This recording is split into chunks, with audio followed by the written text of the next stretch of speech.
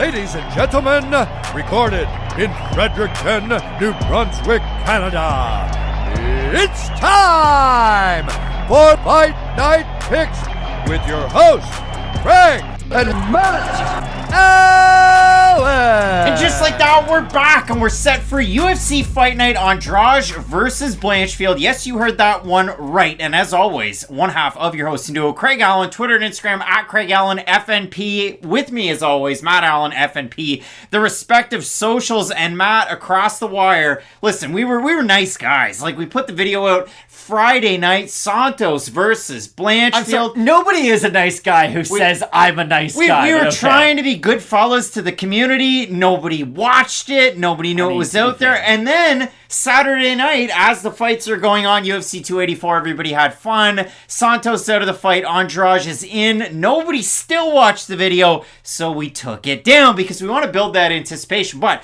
I was away this week. You were here. Now we're reunited. We're getting set for that updated main event. Number 3 versus number 10. And Santos originally number 1. So you have to think with a win. I'd say regardless, Blanchfield gets a title shot out of it. I would agree. Or you have to fight Manon Fiorot. But we're really excited about this card, the switch of the main event, and a lot of prospects featured on this card as well. And we're really going to get down and dirty into that. It really does feel, though, Matt, with all these prospects, that it is a Fight Night Pick special. And this is one of those rare opportunities where the short notice replacement opponent is probably going to make a much more entertaining fight. Like, I'm probably more excited for the new fight that we have this weekend because with Jessica Andrade, I feel like we did a pretty good job building up her last fight, just giving her the respect that she deserves. Like, this is someone who, if the Hall of Fame in the UFC is what a real Hall of Fame should be, she kind of matches all the parameters for one of those Hall of Fame level athletes. And for her to be willing to take an opportunity like this and give such a big opportunity to a fighter like Blanchfield on such short notice, A, shows how much of a gamer Jessica Andrade is, and B, this is such a big test for Blanchfield because it adds a little bit more star power to this fight now because Santos is a very difficult fighter, but she probably doesn't have the fanfare that an Andrade has. So if Blanchfield is able to get the win this weekend, the sky really is the limit for her. Well, listen, there's 11 total fights on the card. We're going to throw it on over to our fight of the night screen. We always pick 2. You're not wrong until Saturday night. Let's throw it on over to the fight of the night screen. Let us know down below in the comment section who you've got. It's time for the fight of the night with Fight Night Picks. You don't want to go out there early on like Jake Hager, blow your load, I've got a phoner, and talk about the fight too much, but Jim Miller taking on Alexander Hernandez. He just added this to the card, and just so you're aware, Jim Miller originally supposed to be taking on Mowgli Gabriel Benitez in this matchup. So Hernandez, it was in his 19th fight, he decided, hey, screw it, I'm going down to featherweight. The result wasn't good. The fight wasn't bad up until he started to slow down in the second round, and then he got teed off on by Quarantillo. But you look at this matchup at lightweight, Jim Miller has just been on the winning train since 2019. He's 6-3 in this division. He's picked up a lot of performance bonuses along the way. And for Jim Miller, made his debut at UFC 89. Chris Lieben was in the main event of that card, and he's an MMA judge now in 2023. Kind of incredible. While Jim Miller's still fighting on. So I really do like this fight, and for this lightweight division, while Hernandez has kind of been up and down throughout his UFC tenure, this fight all of a sudden now kind of has connotations for that top 20 in this division. I think it's a must-win for Alexander Hernandez, to be honest with you. He had a lot of hype earlier on in his career, hit the skids a little bit, and this really is his chance to get back on track because for Jim Miller, he's kind of the epitome of a fighter that we talk about all the time. It's, hey, if you beat him, great things are going to happen, but at this stage of his career, if you do lose to Jim Miller, we kind of have to question your long-term future, especially against some of the top levels of competition, but I think this will be an incredible fight. You know Alexander Hernandez has his back against the wall, and Jim Miller is always the perfect guy to throw into a fight when you think it could be a fight of the night. So I'm extremely excited for this matchup. Should be a big time fight in this one. And in our second pick, Matt, you kind of have to go off the board just a little bit because 11 total fights on this card. The co-main event is 2 guys meeting in the middle, a middleweight taking on a heavyweight.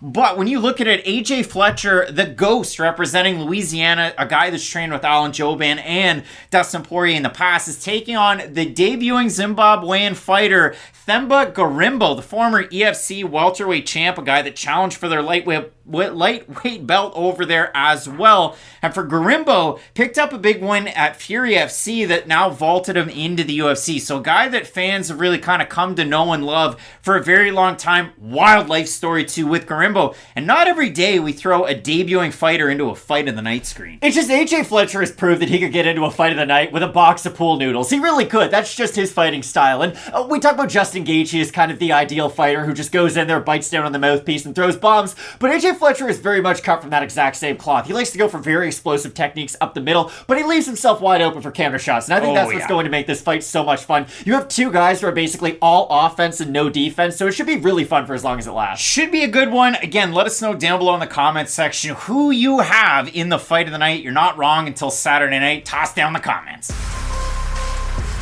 So it does have the feel of a Fight Night pick special, and you might be down on it for that reason, but we always get hyped up for a lot of these prospects. You have one of the biggest records in MMA, the undefeated 23-0 Khusein Askhabov. He's got a brother that fights over with Bellator, but he never has. He really is the creme de la creme of kind of like the unseen prospects because he hasn't fought in about 3 years. We also have Michael Chandler impersonation, Batman himself, Clayton Carpenter. Nickname is Concrete. Don't know what that's about, but he's coming off a win on Dana White's Contender Series, taking on Juancamilo Ronderos. We also have the Black Wolf Askhabov.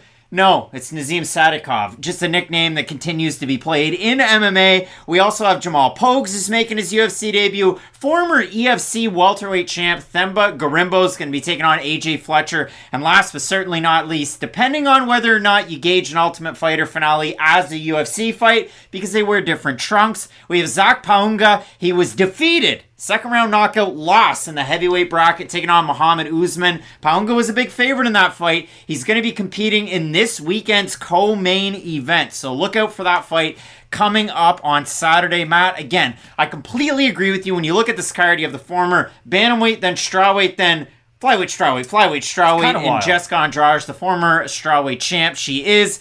And for her, you had to think, with her win over Lauren Murphy, it was very convincing. Maybe she was due a title shot. She steps in, takes this fight on a week's notice, a 5-rounder. And don't forget, Erin Blanchfield also taking this one on short notice. This fight was originally due for 3 rounds, but a few weeks ago, it was bumped up to main event status. So a lot to really look forward to. Question mark kicks, Matt. When is that one live? It's normally 2 hours before the fight card starts. What time is this fight card at? It's 2 hours before the fight card. It's not an early one. It's a normal one with the boys. So make sure you check that out at Fight Night Picks, Instagram and Twitter. Craig Allen FNP, Matt Allen FNP. Podcast fans, we thank you. You're going to want to keep it locked in with Fight Night Picks. As we always say, let's get into it. I was born for this division.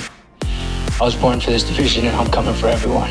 The man on the left-hand side of the screen that's not Matt or I, Juancamilo Ronderos, coming off of one of the most strange and bizarre UFC debuts I think we've ever seen in our entire lives, nearly 2 years ago, is going to be taking on the Dana White's Contender Series contract-winning Concrete Clayton Carpenter. Matt, do you think he's like one of those guys that when they decide to pour a sidewalk, he's the first kid that stuck his hands in there and now as an adult at 26, he's still pulling that same Probably. It's probably just a big bit that he has, and all of his friends are like, all right, come on, Triple C, get over it. Look at how big my feet are. I'm still a cool guy. But Matt, I want to flip it on back to Juancamilo Ronderos for just a second, because it was announced on May 21st by the man with the blue shirt, John Morgan, that Ronderos would be stepping in on 1 day's notice to take on David Dvorak. And when you look at that matchup, Matt, Paiva versus Dvorak, that would have been a fun fight. Ronderos versus Dvorak, well, you look at it and you go, okay, Ronderos is 4-0 at the time, which isn't much of a pro record. Can I say this just really quick? Ronderos was almost a victim of his own success, though, because that was the big conversation coming into the UFC. He beat Eric Shelton, and to some of you guys, that might not mean that much, but that is a former UFC fighter who has a very good level of competition. Eric Shelton had a decent UFC run, and for Ronderos, at just 4-0, well, he was already, 9-0 as an amateur. He's 4-0 as a pro. He's getting wins against guys that you want to see him to get wins against, I guess, if I can put it that way.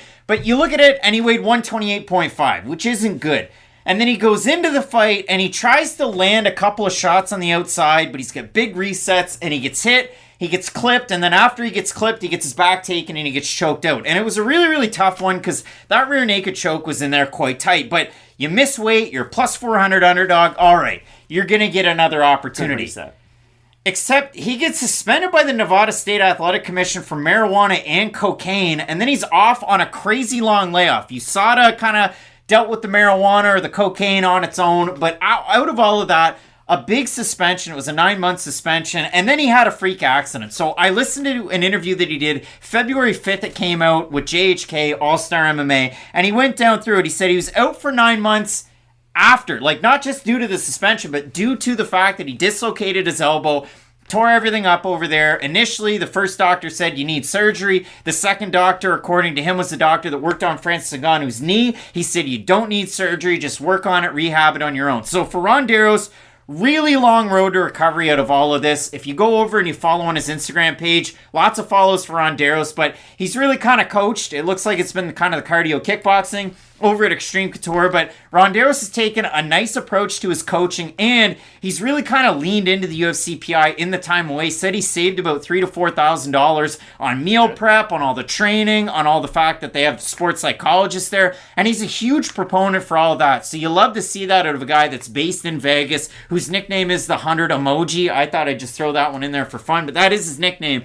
But when I look at Ronderos, Matt, did he get shafted in a debut against a guy like Dvorak? Easily. 110% he did. Does it suck that he got suspended for the no sugar and the green bud? You bet your ass it does. Now, they're not doing him a huge favor in taking on a guy like Clayton Carpenter, who does have quite a bit of hype, undefeated prospect, which is where Ronderos was coming into the UFC. Dvorak on a day's notice, though. That is true. But this should be a fun fight because of what you already said. I mean, if you look at it for Ronderos, trains Extreme Couture with big-time names, Amir Albazi, Manel Kopp, and the guys that weigh heavily, you know, like a Dan Ige, guys that are going to get you ready and prepared for a guy like Clayton Carpenter. Well, that's the thing about Ronderos. He does have a good skill set that has synergy with that kind of a gym. He has very good takedowns. He has very high-level submissions. He does like to go for the back a lot. He is more of a back taker, I would say, kind of a grappler. And this might not be the best comp, but a guy whose name has been in the headlines a lot this week is like Kevin Lee. Kevin Lee is thought of as a wrestler, but he's not really a wrestler like Kamaru Usman or like Colby Covington. He is kind of a wrestler into a back taker. And of course, for Juancamilo, that's kind of the higher sell of him. But that's very much the skill set that he will like to employ. But I will be curious to see how is his striking going to look against Clayton Carpenter, because Carpenter is so talented on the outside with a lot of his straight shots. And if that is going to be the story of the fight, I think it's going to be very difficult for Ronderos to not only get on the inside and have success with his own striking, but that's how he's going to have success with his own grappling too. And I really think distance for Ronderos is going to be the most important thing he has to manage in this fight, because if he is able to get on the inside and on the outside of range without really being tagged for his troubles, he could have a lot of success. But those are things that rely heavily on rhythm. And how do you get rhythm in an MMA fight or in a UFC contest? You get rhythm if you got the blues. But also by being in there and just being consistent in the UFC octagon. And for Ronderos, I do worry a little bit about that time off. I was excited about him just getting the opportunity to make his UFC debut, because that's the one good thing about a prospect taking a very difficult matchup is normally if they lose, the UFC is still going to keep them around for another performance, hopefully another two. For Ronderos, I do think that there is a skill set there that he could unlock with his submission ability. I just think this fight's going to be difficult with the takedown defense of Carpenter and with his ability to stay on the outside, because again, if Ronderos isn't able to crowd that distance, I don't really know how he's going to be able to win rounds. Yeah, for Ronderos, you're taking on Clayton Carpenter, one of the uber prospects that's out there. 6-1 as an amateur from 2015 to 2018. From 2019 on, 6-0 as a pro. And this is a guy, Matt, like if you look at it, he fought on a show called Iron Boy MMA 16. That's where he debuted in Phoenix, Arizona. If you look at Carpenter, he's an MMA lab guy. So you're going to have the Benson Henderson connection, but Kyler Phillips is a main training partner. And if you look at it for Carpenter, the accolades outside of the mixed martial arts cage: USA Junior National Muay Thai champion, 4-time Muay Thai national champion, junior Golden Gloves champion, World Junior Grappling and Pancration medalist. He beat Aaron Pico in pure pancration in 2009, and an IBJJF world champ, gi and no gi. And if you look at it, the fight that he had on Contender Series last year, it was against a short notice replacement for Steve Erceg. It was Edgar Chairez, and we talked about Edgar Chairez on this channel as being a very good litmus test, because Chairez, what's he going to do? Light you up on the outside. And what did he do in the first round? Skill check, lit him up on the outside in the first round, blew up that right eye. For Carpenter, which forced Carpenter to make the adjustment in the fight to then wrestle and pour on his own pressure. And I liked what I saw out of Carpenter kind of getting through that first round. I'm curious to get your take on this, though. The flyweight division seems to be filled with these ready-made prospects. Like, the second they come into the division, not that, you think they can become top 15 contenders immediately, but Tatsugo Taira, Makayev, like, there's some really talented fighters here. Do you think Carpenter is of that caliber? Will he need a little bit more time before he does refine? Because I feel like he will need a couple of performances against the likes of, like, a Juancamilo Ronderos for him to then realize that type of a ceiling. Shorty Torres is one of those guys that had that huge record, and he didn't seem to be made ready, but it seemed like he needed a little bit of testing. Carpenter, to me, is one of those guys, and Dana White, after the fight on Contender Series, kind of echoed that. He said, I saw some mistakes that he made tonight, but, he fought a tough dude. So if you do like that, Matt, Clayton Carpenter also sounds just like Michael Chandler in Batman, as I said in the intro. Go listen to some of his quotables. The guy's way too intense for being a 6-0 flyweight, but he's a 6-0 flyweight, and I'm talking about him. So, Matt, when we look at this matchup right here, you have a look at the odds in the fight, and there's not a lot of sites that have them out just yet. Clayton Carpenter, a big favorite, open minus 350, minus 325 or thereabouts. Ronderos open plus 285. He's a plus 260. So that brings us to the Tapology votes. We talked a lot about this fight, both guys' skill sets. For Carpenter, I know he has all of the skill sets that are shiny outside of MMA, but he does mix them into his fights. The only thing is, sometimes he's got to try and figure out his way in some of these fights. And against a guy like Ronderos on the outside, that could be difficult. But the Tapology votes, we'll just go there really, really quick. I'm going to say over under 75% Carpenter due to the inactivity and just the record on the page for Ronderos. I think they'll be well over. You think they're going to be well over? Way over. 461 total votes, 95% Carpenter, 69% by decision. But you've talked a lot about Ronderos. I can call myself out. Listen. Yeah. You gotta be your own worst critic, and I thought Ronderos was gonna be really good coming into the UFC. I was really impressed by the film study that I had done going into that David Dvorak fight. But again, hindsight being what it is, and again, with all of those lengthy layoffs, I do worry about him in this matchup. Again, I like the skill set that he has. I think locked away in there deep in the way confines of the closet. There's a good fighter there.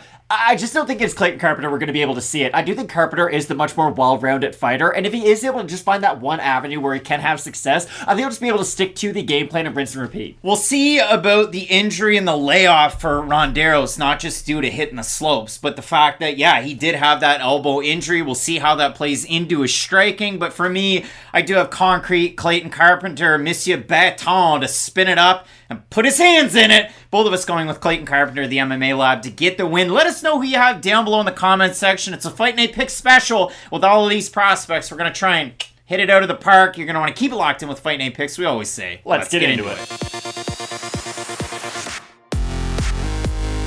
Zimbabwe, stand up. We have the second fighter out of Zimbabwe in the UFC, following the shoes of Mike Mathitha, a.k.a. Blood Diamond. It's the answer, not Frankie Edgar. Themba Gorimbo. Matt, I've said a lot of names to start this video off, but for Gorimbo, taking on the Ghost, AJ Fletcher, both guys in search of their respective first UFC wins. This is like a Hot Wheels fight, Craig. This just taking two cars and just throwing them against each other on like the living room floor, seeing what's going to happen. That's exactly what I think of when I think about this fight. If you're like me, you buy the cheap ones at the dollar store, and you were taking a hammer in the basement at her mom's place. There you go. There's didn't she like that? Craig was like the kid from Toy Story 2 with like the baby doll head on top of the spider legs. It wasn't that far, but I don't know if that's a flex I'd just say on the internet. Well, it was fun. Either way, though, this really is a car accident. I like scrap yards. When I look at this matchup, though, Matt, for Themba Gorimbo, the interesting part of doing the deep dive on his career is listening to the interviews, watching the Road to EFC videos, watching his fights over with EFC and with Fury and UAE Warriors.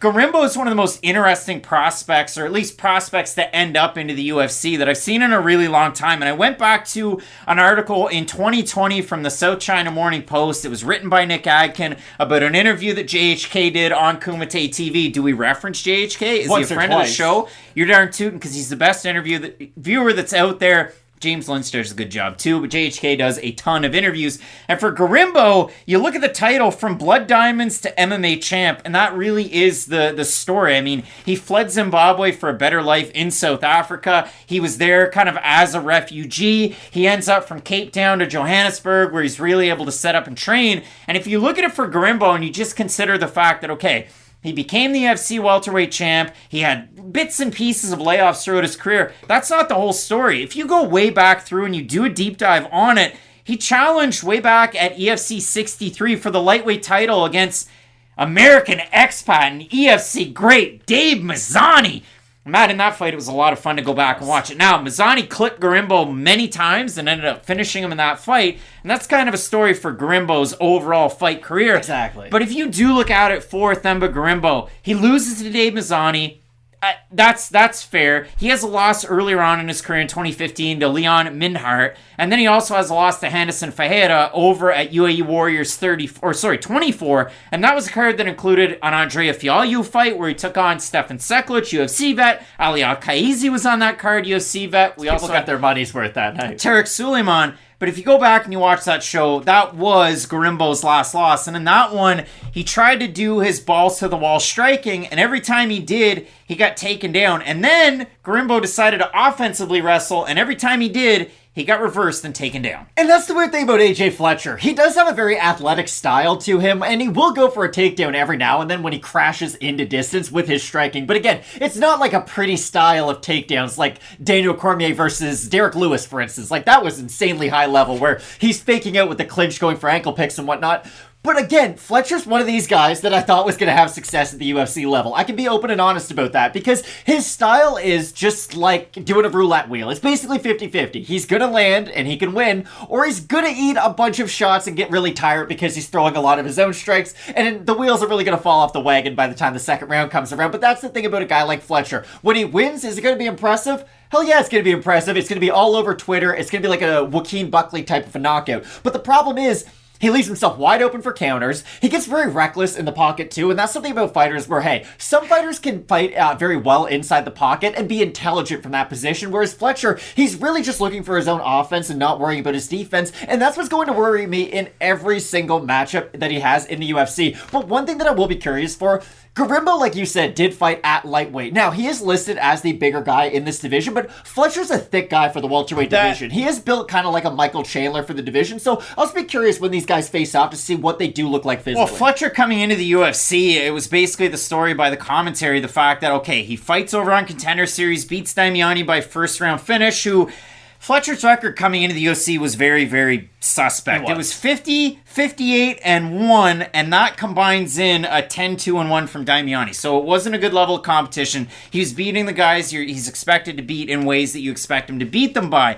He gets that win. He takes on Matt Semmelsberger, who's fringe rankings in this division right now. No, after his last win, Matt, he's fringe rankings. And when you look at a guy like Fletcher, first round, he looks like a bat out of hell. This guy looks like, okay, he's going to be a future contender. Fletcher's going to be it. Second round, he slows down. Third round, he really slows down. In his last fight, first round comes out hot, and then he starts to give up distance. He gets hit. His hands start to drop, and Los is just pouring on the offense. I don't know what the hockey equivalent of this is, but in basketball, some teams you just want to run them into the ground, like run in transition. That's basically what AJ Fletcher does. The problem is, when you're a team like that, your practice is mainly spent just running a lot so that you condition yourself for it. That's the problem with Fletcher. He burns way too hot earlier on in fights, but that is the thing. I think it is something that he can fix if he just figured out how to regulate his output a little bit better. It's like what I said with Paulo Costa for years and years. If he can just figure out how to properly figure out his output, he will become a much better fighter. Just at this point of Fletcher's career, he hasn't shown it through either fight in the UFC, and he didn't show it in his follow-up, and that was the really disappointing thing to see. No, and I really do like Ange Lewis myself, trains out of Killcliff FC with some world-class talent, and when you look at it, the third round total strikes against Fletcher,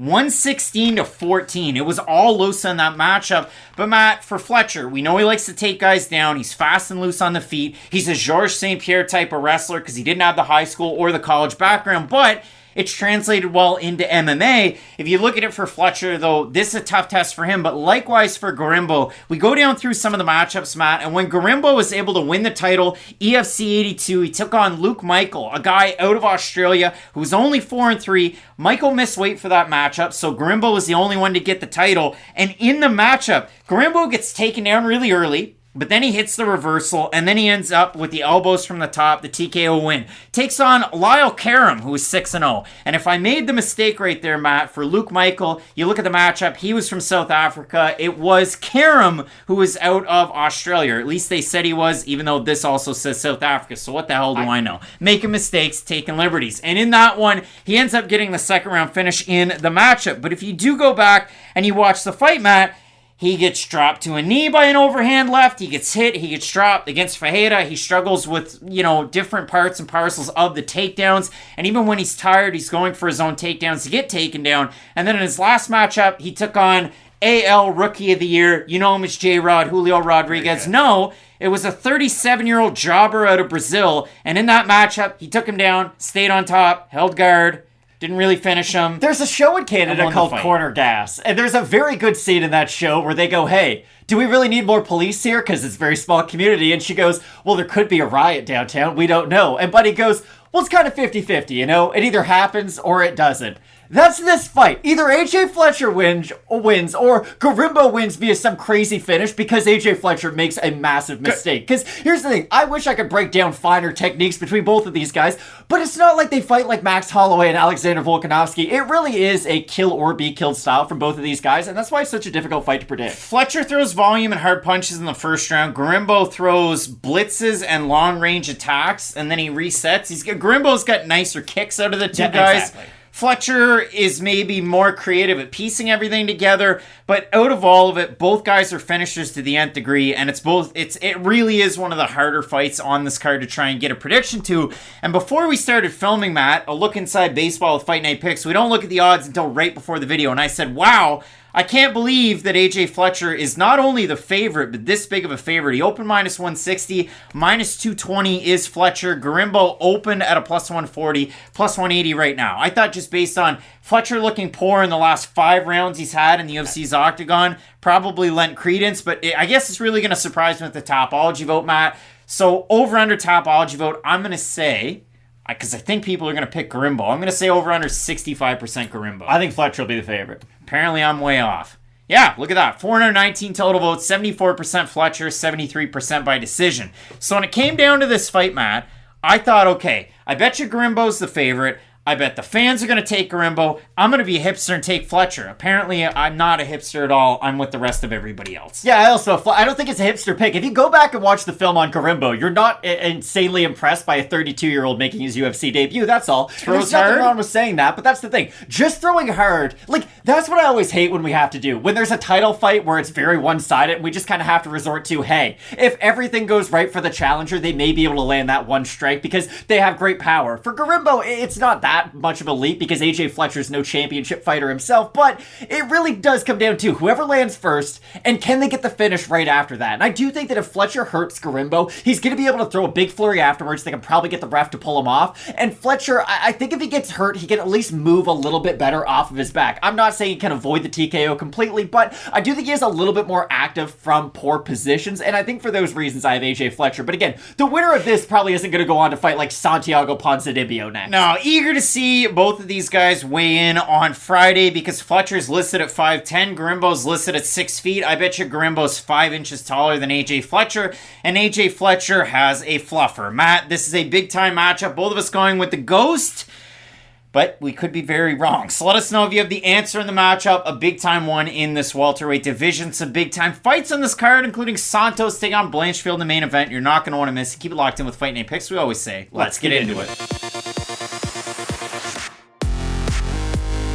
Nazim Sadykhov has an interesting nickname, right? I'd say so. Nope. Chuck Testa. He becomes the UFC's second Black Wolf, making his debut this weekend. Off of Dana White's Contender Series, we have Cerro Longo MMA's Harry Connick likes the freaking lasagna. Harry Connick likes the freaking lasagna. Nazim Sadykhov taking on the Phenom, Evan Elder. Matt, for Evan Elder, he's the fourth variation of the Phenom to make it into the UFC. I can think of a couple, like you get Kevin Lee, he's the Motown Phenom. You got Vitor Belfort, the biggest Phenom.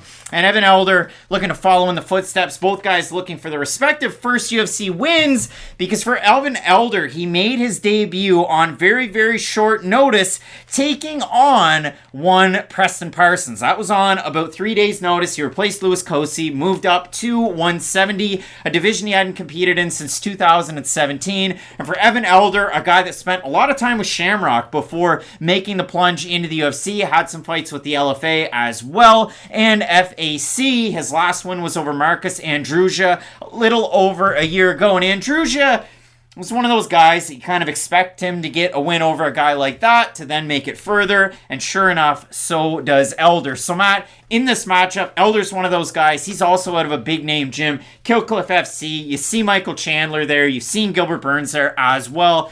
Elder's one of those guys that, and I can say this for both of these guys, very, very well-rounded, decent striker. The thing that I really like at Evan Elder, kicks to all three levels and he disguises them and masks them very, very well. He goes balls to the wall with pretty well everything that he does, but his cardio usually tends to hold up for the length of his fight. So I really do like Elder as a prospect, and I have to say this, Matt. I said it last week with Jesus Aguilar. He's taking on Tatsuro Taira. I'll say the same thing for Evan Elder. If you're below 26 and you decide that the goatee is my look, like, do you drive a minivan and already have two stepkids?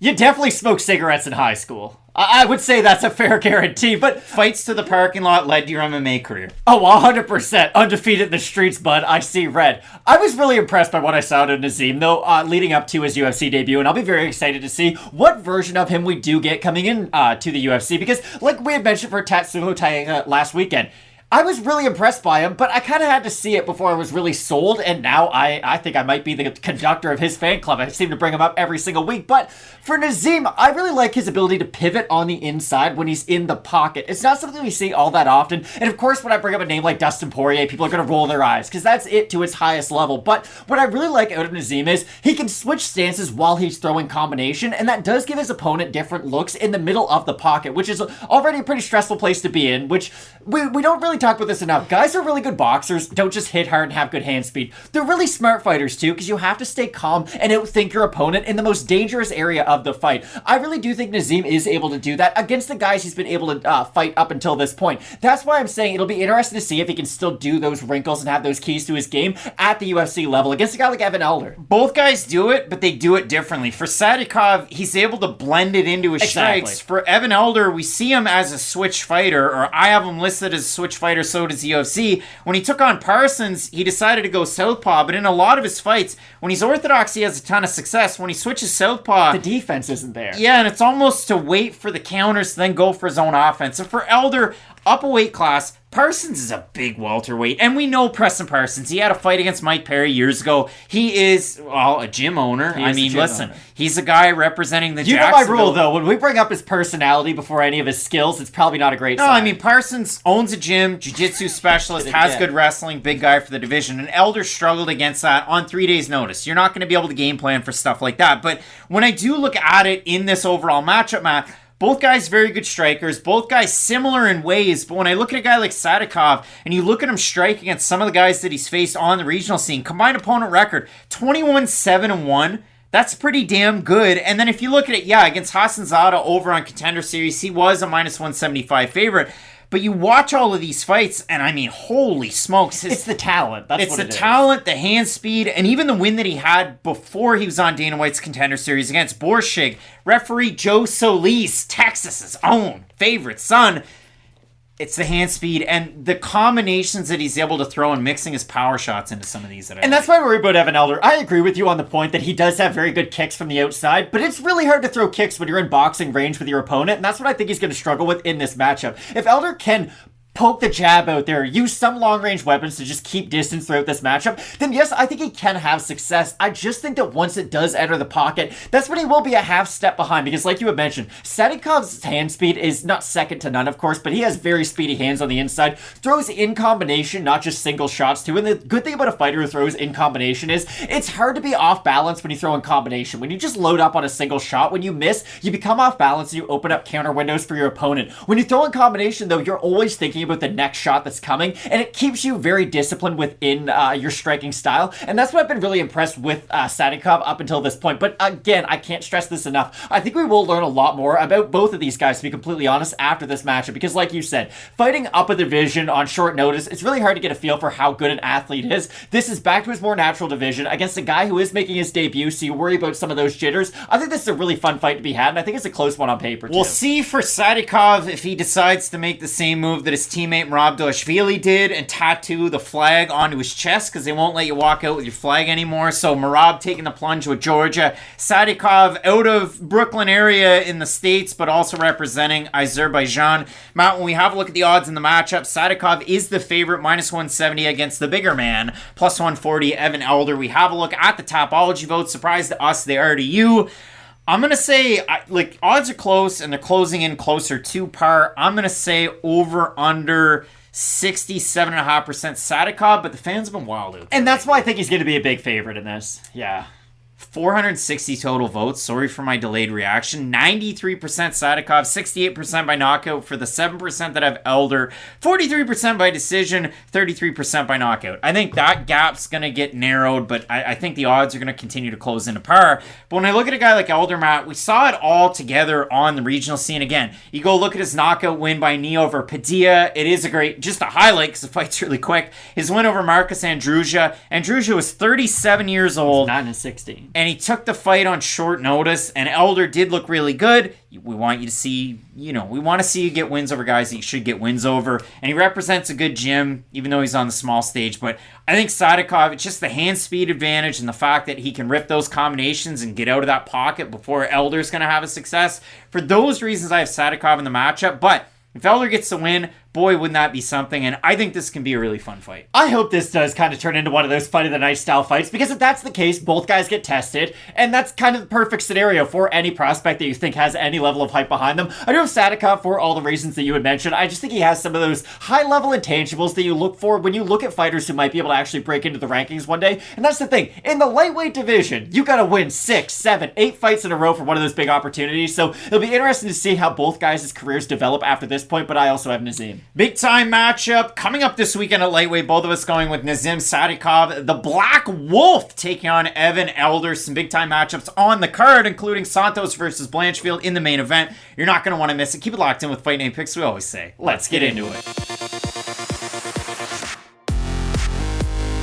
The fans out there, they want this fight at light heavyweight. We have aging legends. We have a millionaire taking on a former title challenger, Philipe Lins, the monster. Well, he's the Monstro, taking on OSP, Ovince Preux. And in this matchup, Matt, sing me a song, you're the piano man, is what the folks are saying. I was thinking more like, every time I close my eye. Do you think Philipe Lins is a big Bruno Mars fan after winning that $1 million? I don't know. But what I do know is this is the third time that this friggin' fight has been matched up. So I'm going to tell you the story. At UFC 282, Alexander Gustafsson was supposed to take on Ovince Preux. Ovince Preux took to his OnlyFans. Let that set in, that dramatic pose. And then he said, Pause? Gustafsson, no, pose, I'm speaking French. Gustafsson is out of the matchup, Philipe Lins is in. Lins is then out, and then in steps Antonio Tricoli. Couldn't get a visa, so the UFC got Tricoli. So that's unfortunate. Fat chance, bud, see you later. So in the matchup, Matt, they decided, hell, we'll just rebook it for a third time. The people have been asking for this, so now they get it. So for Philipe Lins, Matt, I'm going to throw up his Tapology page. It makes me sick to my stomach. Since he won that $1 million 50 Shades of Grey is what you'd call it. by beating Cuddle Bear Copeland, he was supposed to fight Satoshi Ishii the next year. That falls out. Then he's supposed to fight Andrei Arlovsky. Then they rebooked that fight. I'm doing this from memory, folks, because we're not looking at it.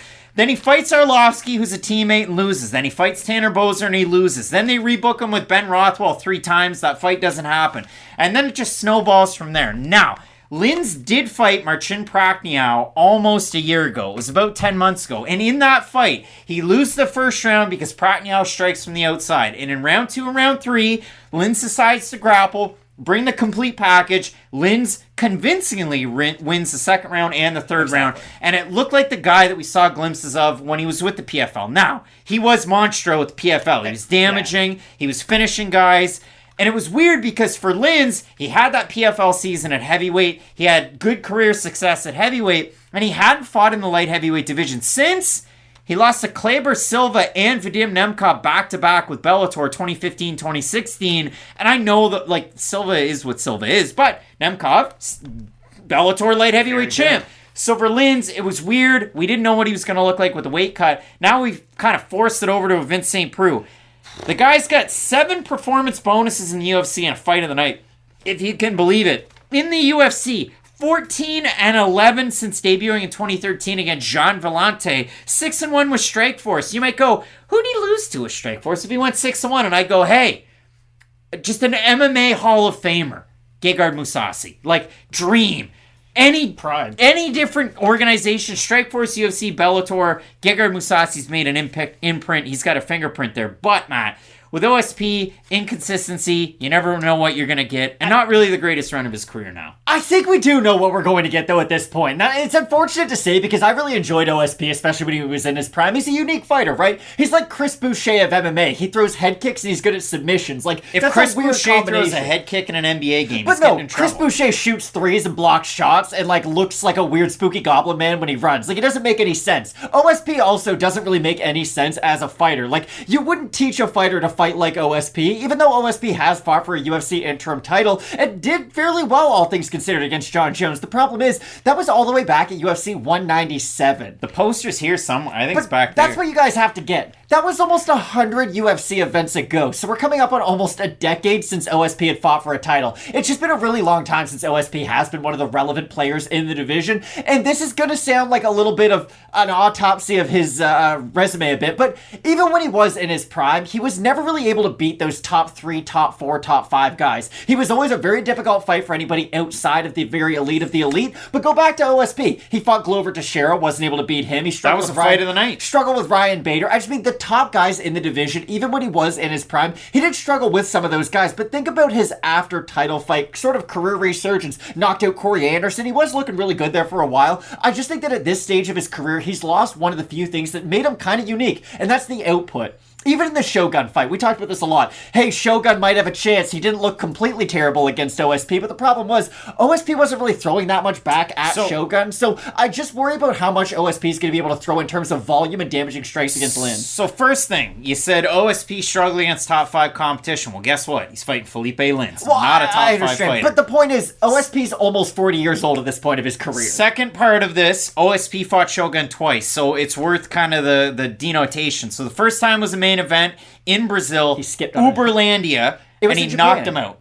What? It was in Japan. No, it was in Brazil.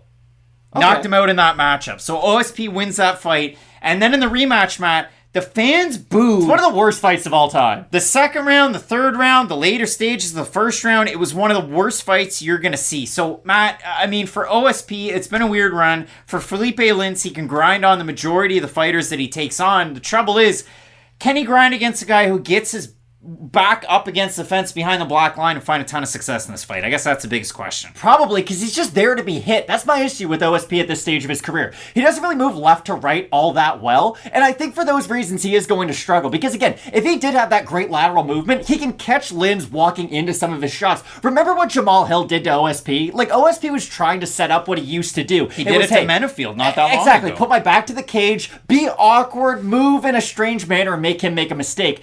I just don't think OSP at 205 either is the best decision. And I know that's weird because Lins is the heavyweight moving down, but even with OSP, like when he weighs in for his heavyweight fights, he's like 240. He's not a guy who just doesn't cut weight. Like, I really do think OSP has to get into a really good shape to get down to 205, and I'm just curious how much that affects him at 39 years of age. Because again, with his style, he needs good cardio, he needs good output, and he has to be able to put a lot behind his shots even late in fights. Again, go back to the Corey Anderson fight. I know he had hurt Anderson in the first round and the second round, but he probably still lost both those rounds just due to his lack of output. But again, he's got that great checkmate with some of his kicks, so maybe if OSP can implement his kicks, but the problem is, we don't really see him go to the body or the head as much with that technique anymore, and that was one of his best shots for a long time. So, Lynn's open minus 130, he's a minus 230 favorite now. OSP open plus 110, plus 185. We have a look at the Tapology votes. Matt, surprised us there to you. I'm going to say over under 67.5% Lynn's. I'll say over because they've been pretty one-sided lately. Oh, they're under. So 462 total votes, 59% Lin, 67% by decision for the 41% that have OSP, 50% by decision, 18% by submission, 24% by knockout. Those aren't perfect numbers. Matt, Philipe Lins and all the black lines of fights that have fallen out, all the not medically cleared to compete stuff, weirds me out, and I hate his cut to 205 even more than I hate the cut for OSP. I hate that it takes away from his chin. I hate that he had to resort to not that I hate it, I actually like it out of his style, but he grapple, grimy, grind type of style round 2, round 3, and that usually would show against a guy like OSP. But I look like OSP for the jiu-jitsu. Now I'm struggling with my grasp of the English language, and I do like the counter shots out of OSP in the matchup. I'm taking Ovince St. Preux against my better judgment as a pretty big underdog now, and I think St. Preux is going to go out there and kind of shock the world for just one more time. I just think unless he gets to stop it, it's going to be really difficult to go out there and win a decision. On the back foot, Lins is a guy who will be aggressive, at least in this matchup with his high guard. I think for those reasons, it's going to leave a good imprint on the judges, and that's why I do have Philipe Lins. Now again, the winner of this isn't going to go on to then fight Volkan Oezdemir or anybody really high up in this division. We hope not. But it should be a fun fight for as long as it lasts. Again, if this fight is fought at like its highest level, we should have Philipe Lins walking forward, throwing good boxing combinations, going for an odd takedown here and there, and OSP throwing good counter shots off the back foot. So hopefully that's the fight that we get. Big time matchup, light heavyweight division. I'm going OSP, you're going Monstro. We have a big time card with 6 debuting fighters, including a guy with 3.9 million Instagram followers, Khusein Askhabov, putting that undefeated record up against pretty boy Jamall Emmers. Should be a great fight. You're going to want to keep it locked in with Fight Night Picks, we always say. Let's get into it. The much-anticipated, long-awaited UFC debut of a man who's changed his nickname. It used to be The Lion. It's now Nocho. 23-0. Khusein Askhabov. And this is a guy with 3.9 million Twitter followers taking on a guy with less than 6,000. It's pretty boy Jamall Emmers, a guy who's fought a who's who, a much higher level of competition. And if you disagree with that, one guy's beaten Corey Sandhagen, and one guy's best win is former Cage Warriors title challenger Donovan Desmay. But Matt, when we do look at this for Askhabov, got to start in MMA just a couple of weeks after his 17th birthday. He's a combat sambo pro. He's won tournaments. He was a 2011 world champion at Yukodo Karate, and it really does come together if you do look at Askhabov's overall fighting style when he does fight some of these guys. Now, again, he was a champ over at WWFC in 2 different weight classes. He does have a brother, Khusein Askhabov, who fights in MMA. Now, Bellator fans might not like the other Askhabov because he just doesn't show up to fight sometimes. Allegedly, he didn't show up for the weigh-ins in his last fight. But when you do look at Askhabov and the way that he takes on the guys that he's facing, it can be a lot of single shots, but they are very, very flashy. And when they land, they really do not just make contact, but they drop these guys down. And for Askhabov, his flashy flare type of striking, it does open him up to, okay, well, maybe he gets taken down. He takes down his opponents off of his flashy strikes. So for Askhabov, I know a lot of people are going to like it. He's got one of the longest undefeated streaks in just overall MMA. The comparisons are going to be there for him and Khabib, but he represents the world's largest country by landmass, Luxembourg, and France. So very interesting for Askhabov. Askhabov has a boxing record, and I don't say that to be disparaging of it whatsoever. It's just the case. He's beaten a lot of guys that we should have beat on the way to the UFC. But the thing has to be said, did he look unskilled in those matchups? Well, not at all. The man looked extremely skilled, and they are skills that I think can translate to the UFC, but I'm glad you kind of started it this way. Those single shots are very flashy, and they're very impressive when they do land, but prospects of his ilk tend to go one of 2 ways in the UFC. Either all that flash really works out and it can translate perfectly, or a guy like Jamall Emmers, who isn't the flashiest of fighters, isn't the most, doesn't have the most fanfare, I would say, isn't even a guy who's in the rankings or anything, could just go out there with his lunch pail and just kind of 9 to 5 him, if you will. The fundamentals really do help, and I will be curious to see if Emmers can make him pay for some of the flashiness of Askhabov, because even in the last fight of Jamall Emmers, and that was a really long time ago, which is kind of wild. Like, I always think Sabatini versus Emmers was like 2 months ago, but no, that was almost a year ago now. I do think Emmers can have some of the similar success he had against Sabatini. Crack him with big shots. We saw him drop Sabatini. The problem is, what does Emmers do after that? Because once he does start to get into some of these more elongated grappling sequences, we have seen, I think, just a lapse in judgment, because that's the thing with Emmers. Sometimes his grappling looks really dominant. He can get into the top position, out-scramble guys, and be heavy, but the problem is, defensively, especially against a guy like Askhabov, I could see him struggle in that area. Yeah, for Emmers, if you go back and look at it, it was kind of like a long, lunging uppercut that's able to land. It is the Marge Simpson that lands against Sabatini and knocks him right back. And they don't consider it a knockdown, oddly enough. It is, though. He then hops right into top mount. Then Sabatini gives his back. Emmers has the hooks in with his leg. He's trying to get the choke in. They reverse again. He gets on top. And then all of a sudden, we're Shawn Michaels against Ric Flair at, what was it, WrestleMania 24 in front of the fans and the family. Stuff. And Shawn Michaels is retiring him with the figure four. Well, eventually he landed Sweet Chin Music. But there was a figure four there. And Emmers lets out a blood-curdling scream. And then after, Michael Bisping's like, hey,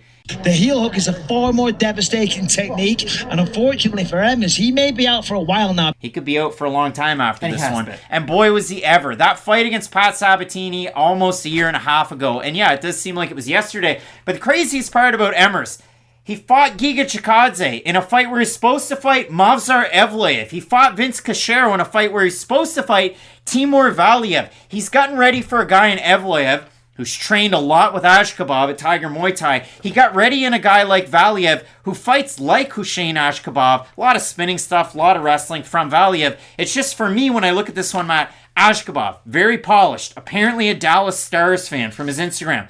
Who goes to the States and then decides, you know what? Jason Robertson, Joe Pavelski, they're the boys for me. Like the Mavericks, I get it, but the Stars are a weird pick. I'm going to wear a hockey jersey. I want to be warm in California. But when I look at it for Askhabov, Matt, again, I say how special he is, and his best win is Donovan Desme. Even if you go back and watch that fight against Desme, first thing that he lands in the first round, it's an overhand right, and he's catching a kick at the same time, and drops Desme down, and then he's able to kind of wear on him. And he wears, and he wears, and he wears. Third round, it's like the Paul Craig spin kick to Alonzo Menafield. What does Menafield do? Overhand right, drops him. What does Askhabov do?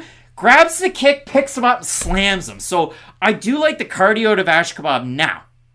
Guy that's 23-0, you think all those fights are 3-rounders? No, he's got some 2-rounders in there. And he's not necessarily a premier finisher, which is one of those things that, again, could go one of two ways in the UFC. Now, have I been impressed by Askhabov? 100%. I think this tape study, it was really easy to find the tape. It's out there very easily, and you can find a lot of these matchups. Did he beat a lot of guys that he really should have beat? 110%. But I do like the fact, Tiger Muay Thai, American Top Team for the training. For Jamall Emmers, Pinnacle MMA with Bobby Green and some high-level names that are there, but MMA Gold Team and Team Alpha Male as well. You're only going to sharpen that sword that is your wrestling. The time away, who knows? Still in his athletic prime at 33, he could still pull out a really good win. And favored in some of these matchups as well, even with that split decision loss that he has to Giga Chikadze, who went on to do really important things. So when we look at the overall kind of gist of this fight, we have a look at the odds. This fight was announced back on February 2nd, so still fresh in the minds of MMA fans. And the thing that we did mention, Matt, Askhabov's been in and around the UFC for a while. He's supposed to debut back in 2021. That fight did not materialize. He was supposed to take on Joanderson Brito. He was supposed to take on Herbert Burns, and we were about to make the video for that back last July. We were both excited for that one, too. Yeah, and it didn't happen, so it ended up Burns fought Bill Algeo and then retired due to the exhaustion of the fight. But when you look at this one, Matt, in terms of the odds, Askhabov open minus 235. He's a minus 153 right now. Emmers open plus 200, plus 128. We have a look at the Tapology vote. Surprise to us there, to you. I'm going to say over under 70% Askhabov. I think the fans are there. I think they'll be over. I think they're going to be over. They're way over. 259 total votes, 93% Askhabov, 71% by submission. For the 7% that have Emmers, 84% by decision. Do you have the overwhelming fan favorite, the guy with the IG follows, Askhabov? I do, but I have to bring up a rule that I talked about with Cyril Gahn forever. And it was, hey, I'm going to be way more confident in this guy once I see him in a very difficult fight. And that's what I'm going to say about Askhabov. I think he'll win this one. And I think it will be difficult, don't get me wrong. But I'll have a much better idea as to just what his ceiling is and how far he can go in this division after I see this fight with Jamall Emmers. Because the thing about Emmers is, even if he's not in his prime, even if you don't think the highest of him, he's a well-rounded fighter who's got pretty good cardio. So he's not just going to roll over and it'll just be first round submission win or knockout win for Askhabov. So I do have Askhabov, the undefeated fighter, but I think this will be a very difficult test for him, and that's probably what he needs if we're being completely honest. Now, Askhabov hasn't fought since 2020, so it's been a really long time. The last guy that he fought, it's worth mentioning, Yusuf Heidi Vizingiev, who was 3-0 at the time. But My point is, he hasn't fought in about 3 years. I expect a guy who's going to be a few days after his 28th birthday to only get better, not to regress, rest on his laurels, just have the same skill set. I think he's going to be able to improve upon what he's had. The one thing that I don't necessarily love in a matchup against Jamall Emmers is Askhabov stands with his hands really low out of that karate stance. Then he's able to open up, throw his spins, then work into his takedowns. And once he gets you into the clinch, he's not necessarily looking to land knees or to land elbows. He's looking to then drop levels and take you down. And I like those things out of Askhabov, but not against a guy like Jamall Emmers. I think the meat and potatoes, the length of a guy like Emmers is one of the bigger guys in this featherweight division. Do you worry about the injury, though? I do worry about the knee injury, but not necessarily in this fight against Askhabov. I do like the movement on the outside, and I think the volume out of a guy like Emmers is just going to wear as this fight goes on. So for me, I like the underdog in Jamall Emmers. I hope we get to see the pretty boy that we saw coming into the UFC. Because, Matt, Jamall Emmers, low-key, for a guy that only has 3 fights in the UFC, we haven't seen him in a year and a half, he was a guy that in videos, we talked about him all the damn time. I will say this, though. The split decision to Giga Chikadze looks way better on paper than the fight actually was. Like, neither guy looked very good in that fight, honestly. And Giga has looked significantly better since that, so I would never want to see that rematch for Emmers' sake. But it should be a really fun fight. Again, I just hope that Emmers brings out the best version of Askhabov so we all have a better opinion of him afterwards. Matt going with Nocho, who was once the Lion. I'm going with Pretty Boy. He's stuck with it, but his knee probably looks like Greg Oden's after a little bit. It's a big time matchup coming up this weekend. Can't wait for it. And some big time fights left on this card. Mayra Bueno Silva's taking on Lina Lansberg. You're not going to want to miss it in the bantamweight division. Keep it locked in with Fight Night Picks. We always say, let's get into it. Coming up this weekend in the women's bantamweight division, this is a weird bucket of muscles type of fight. We have the elbow queen, Lina Lansberg, taking on Shitara Mayra Bueno Silva. A couple of interesting gyms going at it. You got Redline taking on American Top Team, where Bueno Silva is now based. And this one does hold significance because it's number 12 versus number 14. But if you look at it for Mayra Bueno Silva, comes in off Dana White's Contender Series, picks up a really nice win there. She fights Maro Barella to a win. She has a majority decision against Montana De La Rosa, lost to Manon Fiorot. But the last 2 fights, a win over Wu Yanan and a win over Stephanie Edgar, have really netted her a lot of praise. And for Bueno Silva, just in the UFC, she's already had 2 fight of the night. So really interesting that way for her. Her last time out was the did she tap, did she not tap against Edgar? She definitely tapped. So for Bueno Silva, another opportunity to kind of advance the chains for a football term. And if you look at it for her, she's already 31. She's getting the move going. She's got the record kind of like Amanda Lemos, who was like a 9-1-1, 9-2-1, really kind of getting into the nitty gritty. Whereas for Lansberg, and the reason I say it's a weird bucket of muscles, it's not muscles, it's the muscles that you eat and steam. Why is it a weird bucket of muscles fight? Because Lina Lansberg is a few days away from her 41st birthday. She's lost 3 fights in a row, one to Bellator's Sarah McMahon, one to Penny Kanzad in the rematch, where, listen, Lansberg won the 2nd round, and against Carol Hossa, majority decision loss. But the only reason it's that way is because one of the judges scored a round for Lansberg, the other 2 scored all 3 rounds for Hossa, but Hossa lost a point in the middle round due to an illegal knee. So realistically, most thought Hossa won all 3 rounds. So for Lansberg, she's really on a bad losing streak, and not much can be said, but the elbows are still there, and she's still ticking, so she can make it tough. Are they, though? Like, that's the problem with Lina Lansberg. This fight to me is like a seesaw. At one point, I thought very highly of Lina Lansberg, and I thought not that much of Mayra Bueno Silva, for being honest. This is my opinion of both these fighters now. Mayra Bueno Silva's looked really good as of late, and it looks like she's been able to turn the corner, not only with who she's fighting, because of course level of opposition matters with a fighter's record, but how she's been able to go out there and demonstrate her own skills. Mayra Bueno Silva looks like a well-rounded fighter now. I think that's fair to say. She mixes in her takedowns with her striking. She's a good Muay Thai fighter on the outside. Her output's not great. She doesn't have top-tier power by any means, but still, she has good technique, decent volume. The problem is, there's just one area where Bueno Silva can struggle with this fight. If Lina Lansberg is able to do that clinch-heavy game plan where she puts Bueno Silva up against the clinch, it really wears on her heavily, I think Lina can win this fight, but that's the big issue. Bueno Silva is the smaller fighter in this fight. I know it has them listed as having similar heights and similar reaches. Lina Lansberg has fought at featherweight, though, in the past, and has fought at bantamweight for the majority of her career. She fought Chris Cyborg. That's in her UFC debut. Exactly. So for Lansberg, she's a lot more used to going out there and having those physical, grinding style of fights against much bigger fighters, and I think that will be important in this matchup, because again, I don't think Lina Lansberg can go out there and outstrike her from the outside from this point of her career, she might be able to have some success with the wrestling. But again, I do worry about the submission ability of Bueno Silva if it hits the mat. I just think Lansberg can do a good job of holding her up against the cage. And you hate for that to be the one big X factor for her to win the fight. But I think Silva's the much more active fighter from the outside. She has better kicks. I can back it up. And on the mat, she's way more dangerous with her own submission ability. Lansberg, IFMA 2008-2012 world champion of Muay Thai. She fought Valentina Shevchenko in Muay Thai. 37-11 was her Muay Thai record. That's all very impressive. And it translated into her MMA career and getting her wins. Now, in the UFC, debuted against Chris Cyborg back in 2016. Lansberg is 4-6. Okay, so 4-6. That's a 10-fight UFC career. That's not that bad. She was favored to win 1 of 10 fights. She was a winner against Lucia Pudzilova at a -345. In every other fight, she's been more than a 2-1 dog. So in 3 of those, she's cashed. You like that. Yeah, that's fun.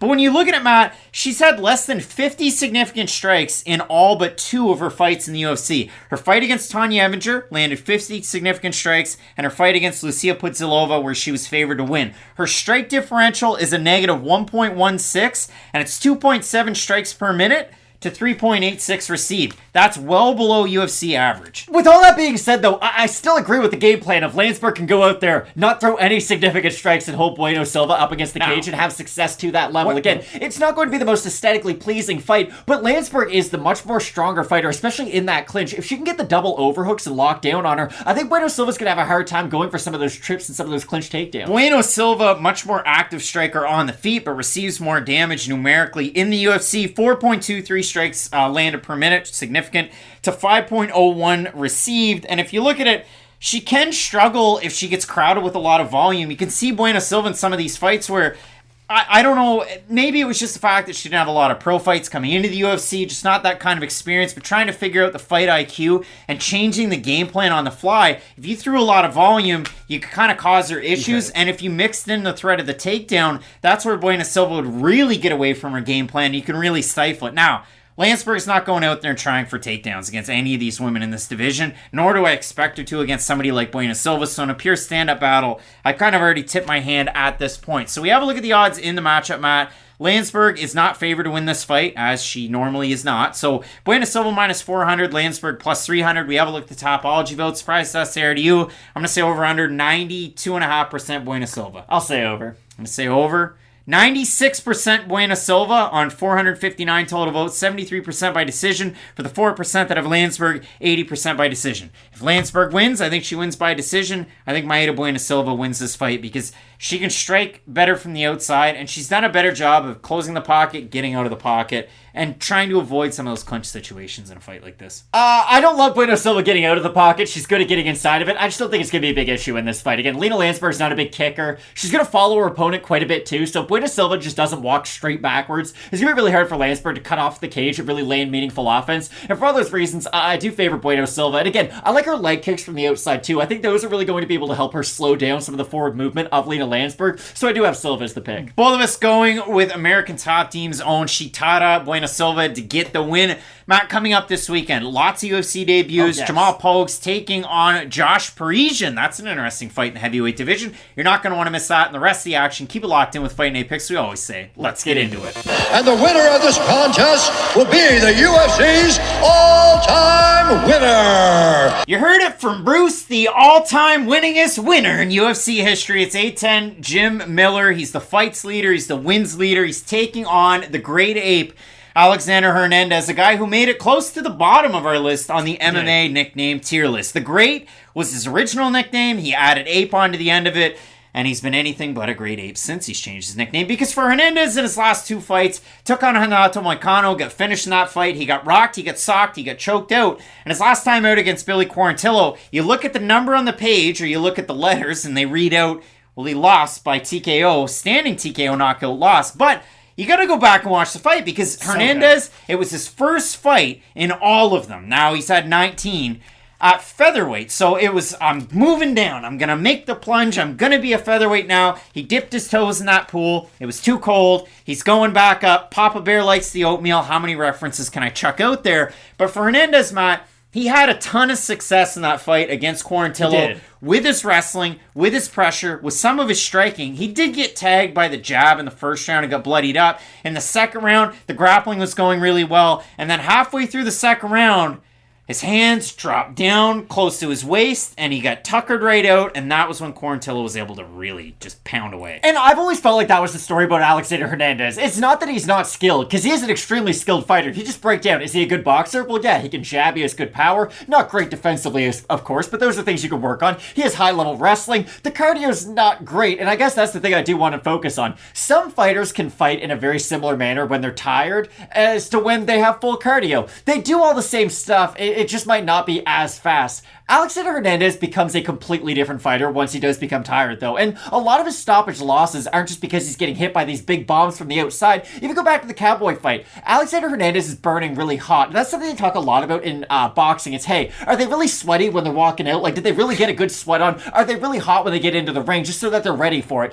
Hernandez is the type of guy who burns so hot at the start of the fight that you do worry about how much he's going to have left in the tank when the second and the third fight comes around. Because to give us a little bit of credit, that's what we said all week long during that Billy Q fight. It was, hey, can Hernandez go out there and out-wrestle him? Of course he can. He is the better wrestler. But is that a sustainable game plan for a guy like Alexander Hernandez, cutting an extra 10 pounds from his body? And of course it wasn't. And it'll be really interesting to see how he looks moving back up in weight, because, and you probably know where I'm going with this, Dan Hooker is another guy who had a very similar drop down to 145 as Alexander Hernandez. It was, hey, it's not going great for you at 155. Now, although for Dan Hooker, he had reached much higher heights than Hernandez, but you get the idea. You can't beat some of these top-level guys. Let's try to go back down and wait, and we'll see how you look.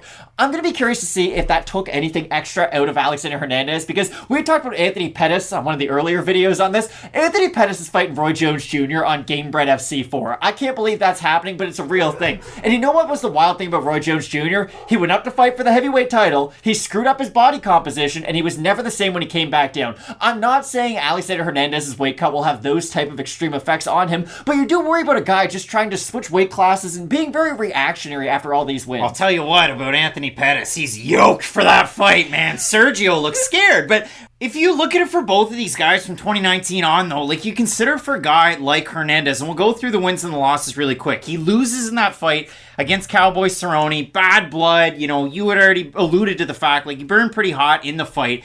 Then he goes out and beats Francisco Trinaldo after a little bit of a layoff. It's a hometown fight in Texas. And Trinaldo was still 45 when that fight happened, and that fight happened 3 years ago. The judges be the judges. He loses to Trudober, beats Chris Grutzmacher, loses to Moises, beats Breed, and loses to Moicano and to Quarantillo. So he beats guys you think he should beat, and he loses to guys that, listen, it's a competitive fight, and he's going to... And that's my question for you. At this stage of Jim Miller's career, and at this stage of Alexander Hernandez's career, I still feel like Hernandez is better than the last few guys Jim Miller's beat. And that's why I don't think this is such an easy fight to predict. Because I think recent history would suggest, Jim Miller, he still kind of resembles the fighter he used to. He can still take a big shot and give a big shot, whereas Hernandez has looked somewhat brittle as of late. But I still feel like this version of Hernandez, I don't care if you have the lowest opinion of him you possibly can, he's still probably better than the version of Cowboy we saw against and that's Jim it. Like, for Jim Miller, the same thing can be said as I just said for Hernandez. Now, Hernandez losing record, Jim Miller's 6-3 since 2019, and it bears going through because out of all of that, 3 performance bonuses and a fight of the night, he beat Jason Gonzalez, Clay Guida, Roosevelt Roberts, Eric Gonzalez, Nicholas Mata, and Donald Cerrone. And the only guy that I really didn't think he was going to beat was Nicholas Mata, the southpaw boxing on the outside. Mata's fast hands, he's got power, his nickname's Iron because he likes Mike Tyson.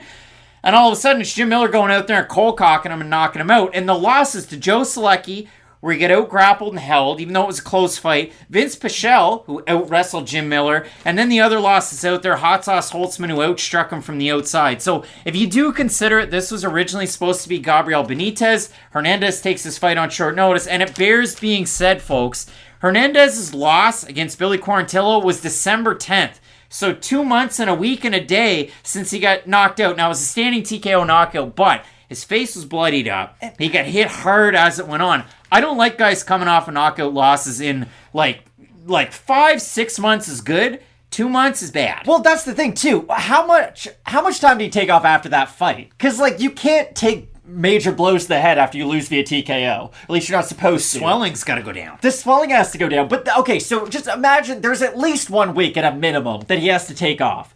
So you're dealing with less than 2 months, and he just knows that he has to take this fight within a week. Like, there's a lot of question marks for Alexander Hernandez, and that's why it's a weird spot for him to find himself at this stage of his career, because 4 years ago, no one really would have thought Hernandez would just sort of be this middling kind of fighter on the outside of the division, still trying to find his footing, taking a difficult fight against Jim Miller, because it's unfortunate because Jim Miller's still really good at this stage of his career, but he has become one of these fighters who's like, okay, if you lose to me, we're going to be asking some really serious questions. Now, again, if you beat Jim Miller, it will kind of give your career a little bit of revitalization. But for Hernandez, you just wonder how far he can go at this stage. Like, I'm really going to have to see him go out there and dominate Jim Miller for me to believe that he has a chance to become the fighter I once thought he could. Because I don't think he's on that same path anymore. You lose to Jim Miller, you get your hair back, you get yoked, and you look like the movie star we expected out of you. At least that's what Donald Cerrone's done. But you have a look at the odds in the matchup, and Miller's the underdog. Open plus 210, plus 160 right now for Hernandez. Open minus 250, minus 190. We have a look at the Topology votes. Surprise to us, they are to you.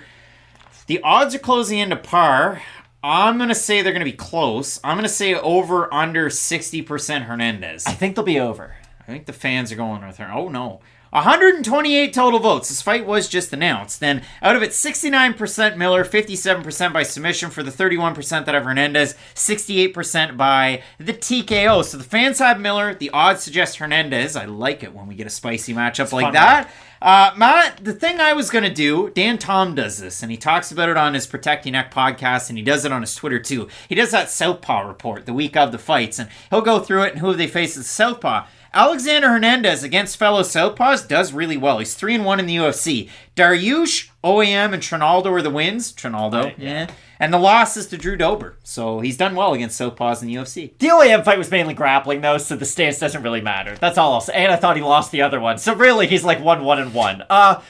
Again, everything points towards Alexander Hernandez should probably win this fight because he is the much younger guy.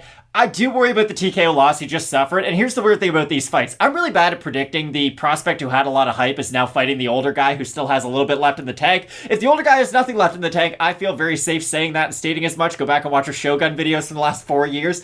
But I do think Jim Miller has a chance in this one, and that's why I pick him. I don't think he's going to go out there and just get purely out-wrestled and purely out-grappled like we saw in the Joe Selecki matchup. I do worry about that. That is one of the primary fights that I focused on leading up to this, because I think if Hernandez is going to have success, he's probably going to avoid the striking altogether. I really don't think he wants to risk his chin against Jim Miller. I know Miller's old in his career, but he has shown the ability to still carry quite a bit of pop at this stage. So I feel like my heart might be picking a little bit too much. But again, I do think Jim Miller, he's well-rounded enough to stay away from the takedown. He still has good cardio at this stage of his career, and I do think he's the better fighter on the feet. Is Vince Carter a Hall of Famer? No, I don't think so. 22 seasons in the NBA. Is Jamie Moyer a Hall of Famer in baseball? I don't think so. Was Dave Andreychuk a Hall of Famer? I don't even know who that is. He is a Hall of Famer. And a Stanley Cup winner, Matt. Guys with really long longevity. Is Jim Miller a Hall of Famer in the UFC? All-time wins leader, all-time fights leader? I don't know. It's really a question for everybody at home because you can look at it two different ways. Is the longevity enough to get you in? Like in baseball, some guys can have war seasons where they're like 3 war, but they do it for 20 years and it looks really good. But then other players like a Shohei Ohtani, for instance, just gets like 10 war every year. But you know he's not going to be able to do that for decades and decades. So I think it really comes down to what your personal preference is. For me, Jim Miller never really reached the heights I don't think that a UFC Hall of Famer should. I really think you might not have to get a UFC title, but you've at least had to challenge for it in the past. And Jim Miller, unfortunately, has never been able to do that. I don't like picking guys that get knocked out all that recently, but I do like the fact that Hernandez is going back up to 155, and I think he can hold position on a guy like Jim Miller, like Vince Pichel was able to do. And you can draw similarities out of their game plans. Hernandez kicks more than Pichel. Pichel does not kick very much. Their boxing's very similar, and I think Hernandez can go out there, watch the tape on that, see what Pichel was able to do, and employ that game plan in a matchup like this, even on short notice. So for me, going with Alexander Hernandez, Matt going with Jim Miller. Nicknames A10, the Grade 8. They are what they are. Make sure you check out our MMA nickname tier list video. Big time fights coming up this weekend. The next one on the docket, Knight versus Prachnio. You're not going to want to miss. Keep it locked in with Fight Night Picks. We always say, let's get into it. In a fight that was originally scheduled for November 19th of last year, William Knight looking to make the light heavyweight limit for the first time since 2021 when he takes on Poland's Marcin Prachnio. And Matt, in this matchup, William Knight, I went over to his Instagram. Now, we're filming this Friday. Is he still just lifting weights? Oh, he's still lifting weights. So he squatted 545 on Instagram today. Now, but when we look at this matchup, Matt, I'd like to try and gain his physique. And so that's what I'm trying to do. But for William Knight, taking on Prachnio, Knight's been an interesting case because obviously it was the Muay Thai that led into MMA. He fought Jorgen De Castro on the amateur scene. He had a really well-documented amateur career. And then Knight makes the turn to pro. And he's 11-4 right now. And in those 15 total fights, a large sample size on a big stage. Like, he fought Tafon Chukwe, got finished there on CFFC. He was on the developmental deal with the UFC when that happened. He fought Cody Brundage on Contender Series, got taken down, and he was losing the fight until he came back and he got the finish. You might go, well, Craig came back. It was in the first round. Check the tape, bud. Goes out there and beats Alexa Kammer, beats Fabio Charant, won a performance bonus for that one, beats Alonzo Menafield, the losses to Jung in the UFC, Grecian and Devin Clark. But the big thing, and the reason I say, like, this is the first time William Knight's making light heavyweight since 2021. Not only did he weigh 251 his last fight against Devin Clark, but he weighed 218 for a fight at light heavyweight against Max Grecian in his last, like, light heavyweight schedule contest. This fight's like that song by Empire of the Sun, High and Low, because I can sell you highs and lows on both of these guys and probably sell you a pretty convincing package of both. Like, William Knight has insane power. Like, so much power, it is insane when he is able to land clean shots on his opponents. The problem is, there is a give and a take to having such incredible power, especially on the feet, and I agree with you. I will be very curious to see what he looks like and whether or not he will be able to make the 205-pound limit, because again, there are some fighters who do those like one-offs up at heavyweight who are light heavyweights, and they look pretty good, but they'll weigh in at, you know, the 220, 225 range. William Knight is not cut from that cloth whatsoever, so I will be curious to see him fighting Marcin Prachnio, but Prachnio's been a tough case to solve in the UFC up until this point, because he came over with quite a bit of hype. He looked really good before he did make the jump to the UFC, and he got off to one of the worst starts I think a fighter could with his background, I guess, on his way in. 3 first-round losses. And they were all very sudden, I would say. Ankalaev and Slow Mike Rodriguez. And I would say 2 of those 3 aren't unforgivable, but they would be surprising, I would say, for a guy like Prachnio. He looked good in the Khalil Roundtree fight, though, and that's when a lot of people started turning the page on Prachnio, because he hit some big shots early, was able to come on late in that fight. But again, I know a lot of people want to look at that fight as a positive for Prachnio. When I went back and watched that fight, I just asked myself, Khalil, why did you stop throwing? Like, Khalil Roundtree gave that fight up more than Marcin Prachnio won it. It was kind of like the Chris Curtis fight against Jack Hermanson. Like, I always go back, this is why I roll my eyes at people who get mad at close decisions. Teddy Atlas has this quote where it's, hey, you lost the ability to argue about the decision because you didn't really fight that well later on down the fight. That's how I looked at that fight. Did Prachnio throw more in the third round? Yeah, I guess, but he still left himself wide open for power shots. The problem was Khalil just wasn't landing them. And against Linz, he fell back into some of those negative traps, but the thing is, Linz is a much more active fighter, so stylistically, I know that's weird. I just think Linz is a bit of a tougher matchup for Prachnio. I just think for me, and again, I can't say this enough times, I have no idea what to expect out of this fight. Like, Prachnio could eat the first big shot and go down in this matchup, or he could be elusive from the outside, because he does have a really fun kicking style when he is able to implement his kicks into his combinations, and I think he'll have the edge from that range. I just don't know how he's going to be able to establish that range and really hold it. No, and if you look at it for Prachnio, he's a Khusein Kai black belt karate champ, and you know that. He's champ out of Poland 2 times, national champion. He finished second in the European competition 2012, and you see that. I mean, to me, when I look at Marcin Prachnio, if I was to tell somebody off the street, I'd say, okay, I'm going to make a non-MMA reference. People might roll their eyes at that. It's kind of like if your friend had a Sunfire in 2002 and the only thing that they had on their tape deck was Eminem and Without Me. I was 4 years old. Round the outside, round the outside, round the outside. That's what Prachnio does. He goes round and round and round the outside, and he throws a couple of nice shots in combination. But the thing that I don't like out of Prachnio in this fight and all the others, what happens when he gets hit or the air around him gets hit? So there's a reset, and his hands go from here to like he's carrying very heavy groceries from the car. And then he like backs out and makes a big reaction. And against a guy like William Knight, either he has great counters round the outside or he has big reactions even if the punches don't hit him. What does William Knight like to do? Yeah, he's got a big overhand. Yeah, he likes to go for big action takedowns. What's William Knight's favorite shot? Even go into his bio on his UFC.com site and it'll tell you exactly what his favorite shot is. I just like a steady 1-2.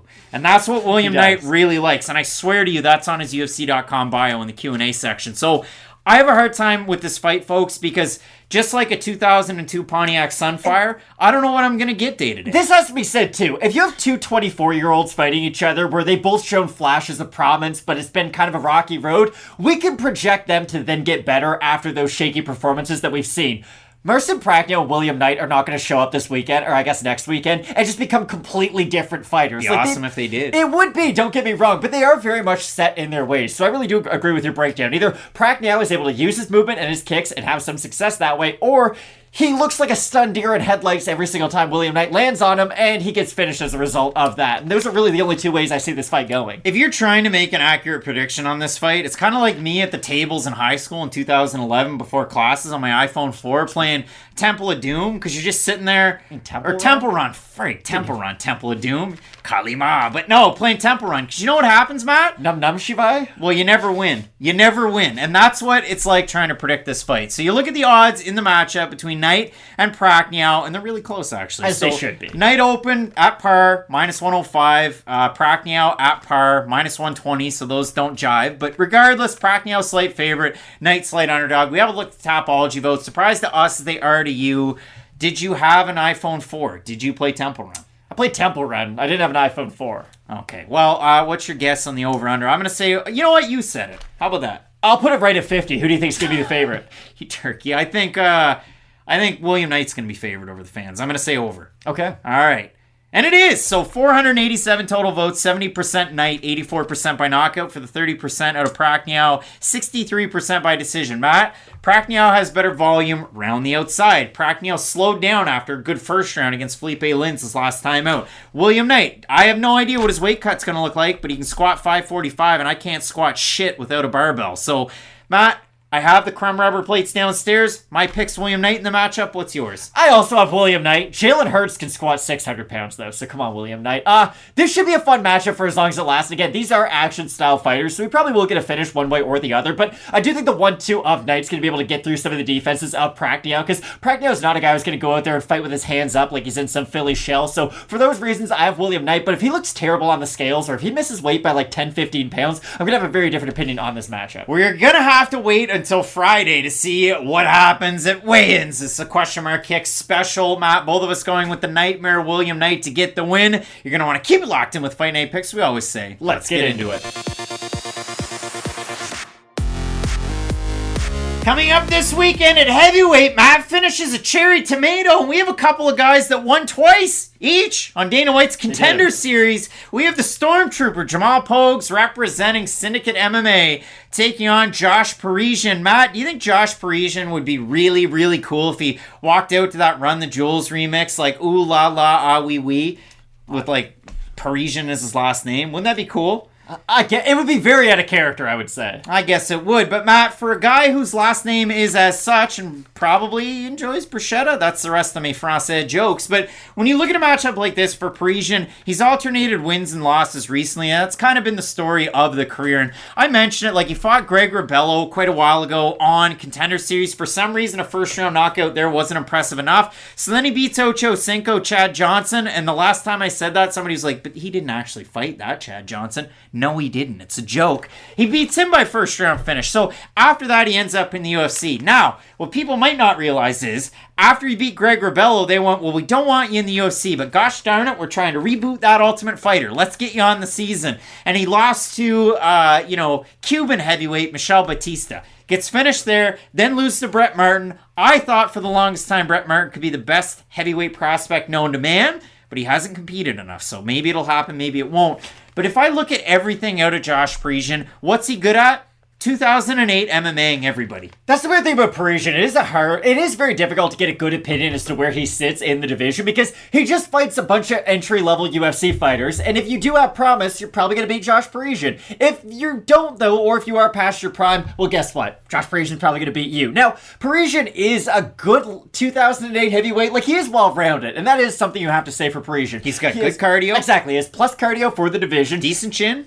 decent chin, but it gets tested too much, and that really is the concern, especially in a matchup like this. But for Parisian, it is just a meat and potatoes game. Like, he's going to go out there, and he's going to use his cardio, use his physicality, and really try to wear on you. The problem is, he doesn't have great striking defense in a division where that's one of the most important attributes a fighter can have, because I don't care how sloppy a heavyweight is, I don't care how poor the wrestling defense is, everybody, by being virtue of a heavyweight, has hand power and has real punching power. And for Parisian, he has had his chin tested quite a few times, and even in the fights where he wins, there's always that moment where Parisian gets clipped by an uppercut, gets hit by a hook, and you do worry about, oh my goodness, have his legs given out? And for Parisian, I just think we know what we know about him, and there's nothing wrong with that. He's probably going to find himself in a lot more fights like this one, no matter what the result of this is, because he's going to be able to out-wrestle guys who have that big hole in their game and who can't get back up to their feet. But again, if you're a plus striker who has pretty good takedown defense, and you can use your movement a little bit, you're probably going to look pretty good against a guy like Josh Parisian. Josh Parisian, his last time out, weighing in, really testing the limits, 265.5, taking on 248 in Jamal Pogues. But if you look at it for Pogues, he's not a big guy. Like, he's more a light heavyweight. So I'm surprised to see that he's sticking around in this division. I guess easier path up to the top now that you have Jamall Hill as your champ at 205. But when you look at both these guys' records, they really have lost to some big names. Like, if you look at it for Pogues, his last time out, his last loss, it was a main event with the LFA for the title against Alex Polizzi, a guy who, listen, the guy can wrestle. He can't beat Yoel Romero, but he can wrestle very, very well. But when you go back and you watch that fight, yeah, Polizzi wins in the championship rounds by submission. Pogues has his moments with his wrestling. Now, in the first round, it was like Monkey God Shorty Torres, the slam with Pogues riding his back. But Pogues had good scrambles from the bottom. Pogues had his own good wrestling. He also lost to Jordan Young, who's definitely gone too soon, and a loss to Taylor Johnson in his debut.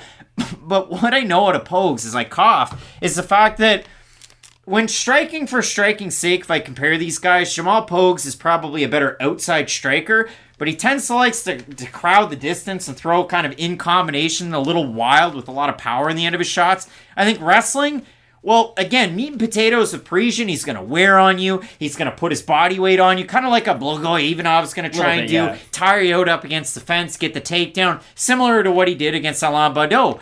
Whereas Jamal Pogues is going to go out there and try and Vitaly Minakov his way into this. We're going to take you down. We're going to slam you. We're going to do whatever we want. But when I do look at both these guys, Matt, you have Scorpion Fighting System out of Michigan for a guy like Parisian. For Jamal Pogues, I know it's got him listed on Tapology and SureDog. He's Big Daddy Joe Stevenson's Cobra Kai. But he's training out a syndicate for this one with John Wood. So eager to see what the game plan is for Pogues. But when I look at this matchup, Matt, I don't know. I have a hard time trying to make the pick. Pogues is a young heavyweight at 27, 9-3, and when you're trying to project a ceiling for a guy, I have no idea. I have to see it against those top-level guys, and when I've seen him against top-level guys, he's lost so far. So I don't really know what we're going to get out of Pogues, and likewise, style for style, this could either be over in the first round, or it could be one of those slow burns at heavyweight. It could be. I just think Pogues has enough grappling defense in his back pocket to keep this fight on the feet primarily. And if that is the case, I do favor him in some of the striking matchups, because the weird thing is, if you do crowd the space and brawl with Parisian, you're going to have a decided speed advantage in that area, and Pogues does hit pretty hard when he is able to get guys, not even in combination, even the single shot from that spot. I think for those reasons, Parisian is going to really struggle in this fight if he's not able to get the takedown consistently, especially early in the matchup. Well, it is going to be a very, very tricky one from that respect. If you do have a look at the odds in this matchup between these two guys at heavyweight, Pogues is a big favorite. Open minus 170. He's a minus 200 favorite right now. Parisian open plus 145, plus 167. We have a look at the Tapology votes, Matt. Surprise to us there to you. So that was the first time I saw those odds. That was a surprise to me because I have a hard time trying to pick this one. I think the fans are going to go overwhelmingly with Pogues, though, so I'm going to say over under 75% Pogues. I was thinking 82, so I'll say over. I'm going to say over. Slightly over. 410 total votes, 78% Pogues, 63% by decision. Majority thinking heavyweights are going to decision. It'll be a bad one if it does. 22% at Parisian, 55% by decision, 42% by knockout. I think Pogues is a little bit quicker, a little bit more well-rounded. Of course, I like Parisian's wins in the UFC, one by split against Rocky Martinez. He pushed a good pace in that one, threw some nice volume in the clinch, and against Baudot, he was just able to kind of have his Michigan way with him. So for me, Matt, I like Pogues with the grappling offense. defense, but I like the fact that he's one of those heavyweights that can scramble out of bad positions. We'll see if he can do it against one of the bigger heavyweights in the division. And that's why this is a really good debut for Pogues. We're going to learn a lot about him no matter what the result of this fight is. I am picking him in this matchup, but I'll say this for Parisian. It reminds me a lot of what Randy Brown unfortunately has to do tomorrow. Randy Brown was on a 4-fight win streak, and now it's, hey, you're a gatekeeper for a really good, promising prospect. For Parisian, it would have been nice if, hey, you've beat Alain Baudot. Now you can get another guy who's a little bit up in the division, not another fighter making their debut. It just is unfortunate that this is what Parisian has had to build towards, but I do have Pogues in the matchup. Both of us going with the Stormtrooper Jamal Pogues to get the win in the matchup. Let us know down below in the comments section who you have, Matt. Zach Paugas taking on, oh my, Jordan Wright. You're not going to want to miss. Keep it locked in with Fight Night Picks. We always say, let's get into it. Voss, Violets, a Beach Hill, and a Toupee. Can you put that together? No, I'm very confused. Papa, what are we doing here? Matt, we have a matchup between two guys meeting in the middle. That doesn't happen very often. Former heavyweight Zach Pauga, the Ripper, taking on the Beverly Hills Ninja, Jordan Wright. So Wright, typically a middleweight. Pauga, typically a light heavyweight, but he fought on the Ultimate Fighter at heavyweight. The finale was at heavyweight. He got knocked out in the second round against Mo Usman. I mean, listen, that guy was just... That guy... The motor, as they call him. He was able to go out there and get that win. This has got to be the strangest co-main event I've seen in a calendar year. The last strange one, unranked heavyweights, Jake Collier fought Chase Sherman in a co-main event in January of last year. This fight, I have no idea. And it's no disrespect to either guy. I like Pauga on the season of The Ultimate Fighter. He was heavily favored to beat Mo Usman in that matchup. He was kind of the uncrowned champ, like Tresean Gore was on The Ultimate Fighter as well. For Pauga, great first round, and then in the second round, Mo Usman realized, hey, I can punch, and he landed a knockout blow. So a good win there, but Pauga definitely had the skills. Now, it's weird to see a guy that's a few days away from his 35th birthday make his UFC debut at light heavyweight. But the same thing for Jordan Wright can be said as to why it's weird, because he's lost 3 fights in a row by finish under the Zuffa banner for Jordan Wright, Matt. He's 2-5. Now, one of them's a no contest, so that's a no contest. I'm considering it a loss. He lost to Fluffy Hernandez. He got finished, but Fluffy got popped for the weed. But for Jordan Wright, 3 finished losses in a row, and now he's fighting Zach Pauga. Can I be honest, though? I like Jordan Wright at 205 a lot better than I do at 185. At least I do think that's going to help one of the big issues he's had at 185, which is when he gets hit by clean shots, he does get hurt more often than not. So I do think having an additional 20 pounds behind him will help his ability to absorb shots, but it will be interesting because he's not fighting a guy who he will be similar in size with. Like, Pauga will also carry more power in this division, so I'll just be very curious to see what Jordan Wright does look like up 20 pounds, because again, I think it will help solve one of the bigger issues that Jordan Wright has had throughout his career, and that's just that if you hit him at 185 pretty clean, he doesn't recover all that well, and that's been a big thing for, like, Alexander Hernandez, for instance. Like, think about Michael Bisping. In every good fight he's had, he gets dropped, gets up, and gets better. For Hernandez, when he gets wobbled, it is difficult for him to recover after the fact, and I do think Jordan Wright is more similar to him in that capacity, to where once you get him hit, he's not going to then fight in an intelligent manner and clear the cobwebs. He will start to become a bit of a gunslinger, and that gets him caught by some big shots. But again, I just want that to be said. I think the biggest storyline for me going into this fight is, how does Jordan Wright look at 205? Because again, is he the best fighter in the world at 185? No, but I do think we will see an improved version of him up 20 pounds. And he's fought at light heavyweight in the UFC. Fought Ike Villanueva at light heavyweight. He finished him in that matchup. Now, he weighed 200 pounds for that fight. So I'm eager to see what we're going to get out of Wright. I think the most interesting part about him is his corner. Every single time out, Vladimir Matyushenko and Anthony Hardonk. It's one of the biggest, most star-studded corners that nobody seems to care about from MMA of years past. And for Zach Pauga, represents Elevation Fight Team. He was in the corner for Devin Clark, who just pulled out all the stops against Dao Unjung a couple weeks ago now at this point as this video comes out. But for Pauga, we're going to throw it on back. We're going to talk about him in his kind of UFC debut and what we really liked out of him. When I look at Zach Pauga, I expected, okay, the guy, young in his career, young in his MMA career, he's coming out of a bigger gym. He fought a decent level of competition. He beat Maluko, so that's fun. Beat him over at Cage Warriors 130. So I watched the fight, and I went, okay, you beat Marcus Perez. That's really good. Marcus Perez missed weight by, 4.5 pounds? He weighed 210.5. And in that fight, Perez wins the first round handily, completely out-wrestles Zach Pauga. Second round, it's kind of 50-50. Third round, Preux doesn't really have a whole lot left. Pauga is the fresher fighter. Pauga's fight against Bartling on The Ultimate Fighter. A lot of single shots, a lot of jab to the body, come up with a right leg kick, and then his fight against Heiderman, pretty well the same thing until he lands and finishes him. But what I do like out of Pauga is that at least his shots are straight. There is something on the in-between when it's not just a knockout. So for Pauga, I really do like his jab to the body. I do like some of those steadying shots. They're not necessarily the most damaging shots in the world, but they're things that are going to get your numbers up, which do matter. They're going to resonate in the eyes of the judges, which does matter. And they're going to set up your own power shots, which is going to be very important for this fight. The thing that weirds me out about this one, if you look at Zach Pauga, and Forrest Griffin even said it in one of his fights on Contender Series, he was like, wow, that's a good finish. It was his last one. He's like, that's a good finish. This guy normally fights to a decision. And if you look at Zach Pauga fights, if every fight was 15 rounds, he'd knock guys out in like the 14th round. He'd just tire them out because Pauga actually does move well on the outside. He gets backed up a lot. He gets held up against the cage. He doesn't have great takedown defense. So in his fight against Usman, 80% had him to win. He was more than a 2-1 favorite. And now all of a sudden we're in a situation where it's the 114th ranked heavyweight on Tapology versus the 61st ranked middleweight.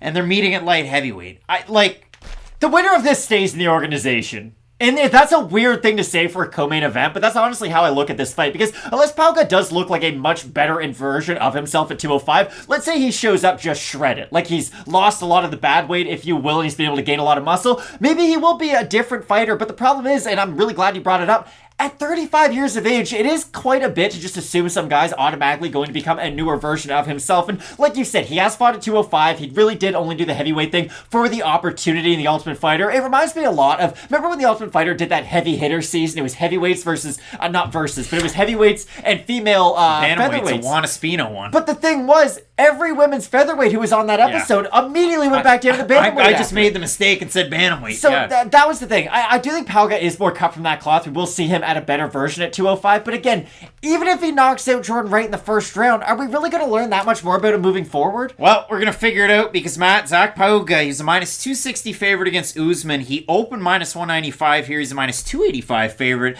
Jordan Wright, who's been finishing 3 straight fights, open plus 170, plus 235. We have a look at the Tapology votes, Matt. Surprise to us there, to you. The fans love Zach Pauga. That's why I made that Tresean Gore comparison. Like, Gore was the fan favorite. He made it into the UFC, even though he got injured, didn't make the finals. Pauga lost in the finals by knockout. I think the fans take him in this one because of the recent stretch. I'm going to say over under 75% Pauga. I think it'll be under. I think they'll be close. Think they're going to be close? They're over. 413 total votes, 85% Pauga, 82% by knockout. For the 15% that I've right, 73% by knockout. Matt, I haven't touched on it. Zach Pauga builds in his fights. Jordan Wright burns in his fights. So that's really a big-time deal when it comes down to this one. Who do you have in the matchup? It's a difficult fight to predict just because either guy could win by finish. It's one of those weird fights where it's, hey, if either guy won by first round knockout, wouldn't be all that surprised just because of their fighting styles. I talked a lot about how I think Jordan Wright will be more durable at 205, but again, the issue is he's fighting bigger punchers at this division too, and the big issue I have with Jordan Wright isn't just the fact that he doesn't have the greatest chin of all time, it's his defense, and that's something that's not going to change just because you gain an extra 20 pounds, so I'm going to pick Zach Pauga in this matchup, but there's so many question marks around this fight. I don't know how many more times we could say that in this video. I get Jordan Wright a plus 235 against Zach Pauga, debuting 35-year-old. And listen, the age isn't the main factor because he debuted at, 30 as an amateur, and then he rolled, and he won, and he won, and Not he won. A lot of miles. And what I do like out of Zach Pauga is the fact that he's really steady in his fights. He picks up his output as he goes, and he can slip those power shots in there, which at 205 and 265, we don't necessarily see as much of. So I do like Zach Pauga's style, but for the same reason that I picked Mohammed Usman when he fought Pauga, I'm going to pick Jordan Wright in this matchup too. I like the power. I like the kicks out of a guy like Jordan Wright. I think that's a big difference maker. And if these two guys get into the clinch,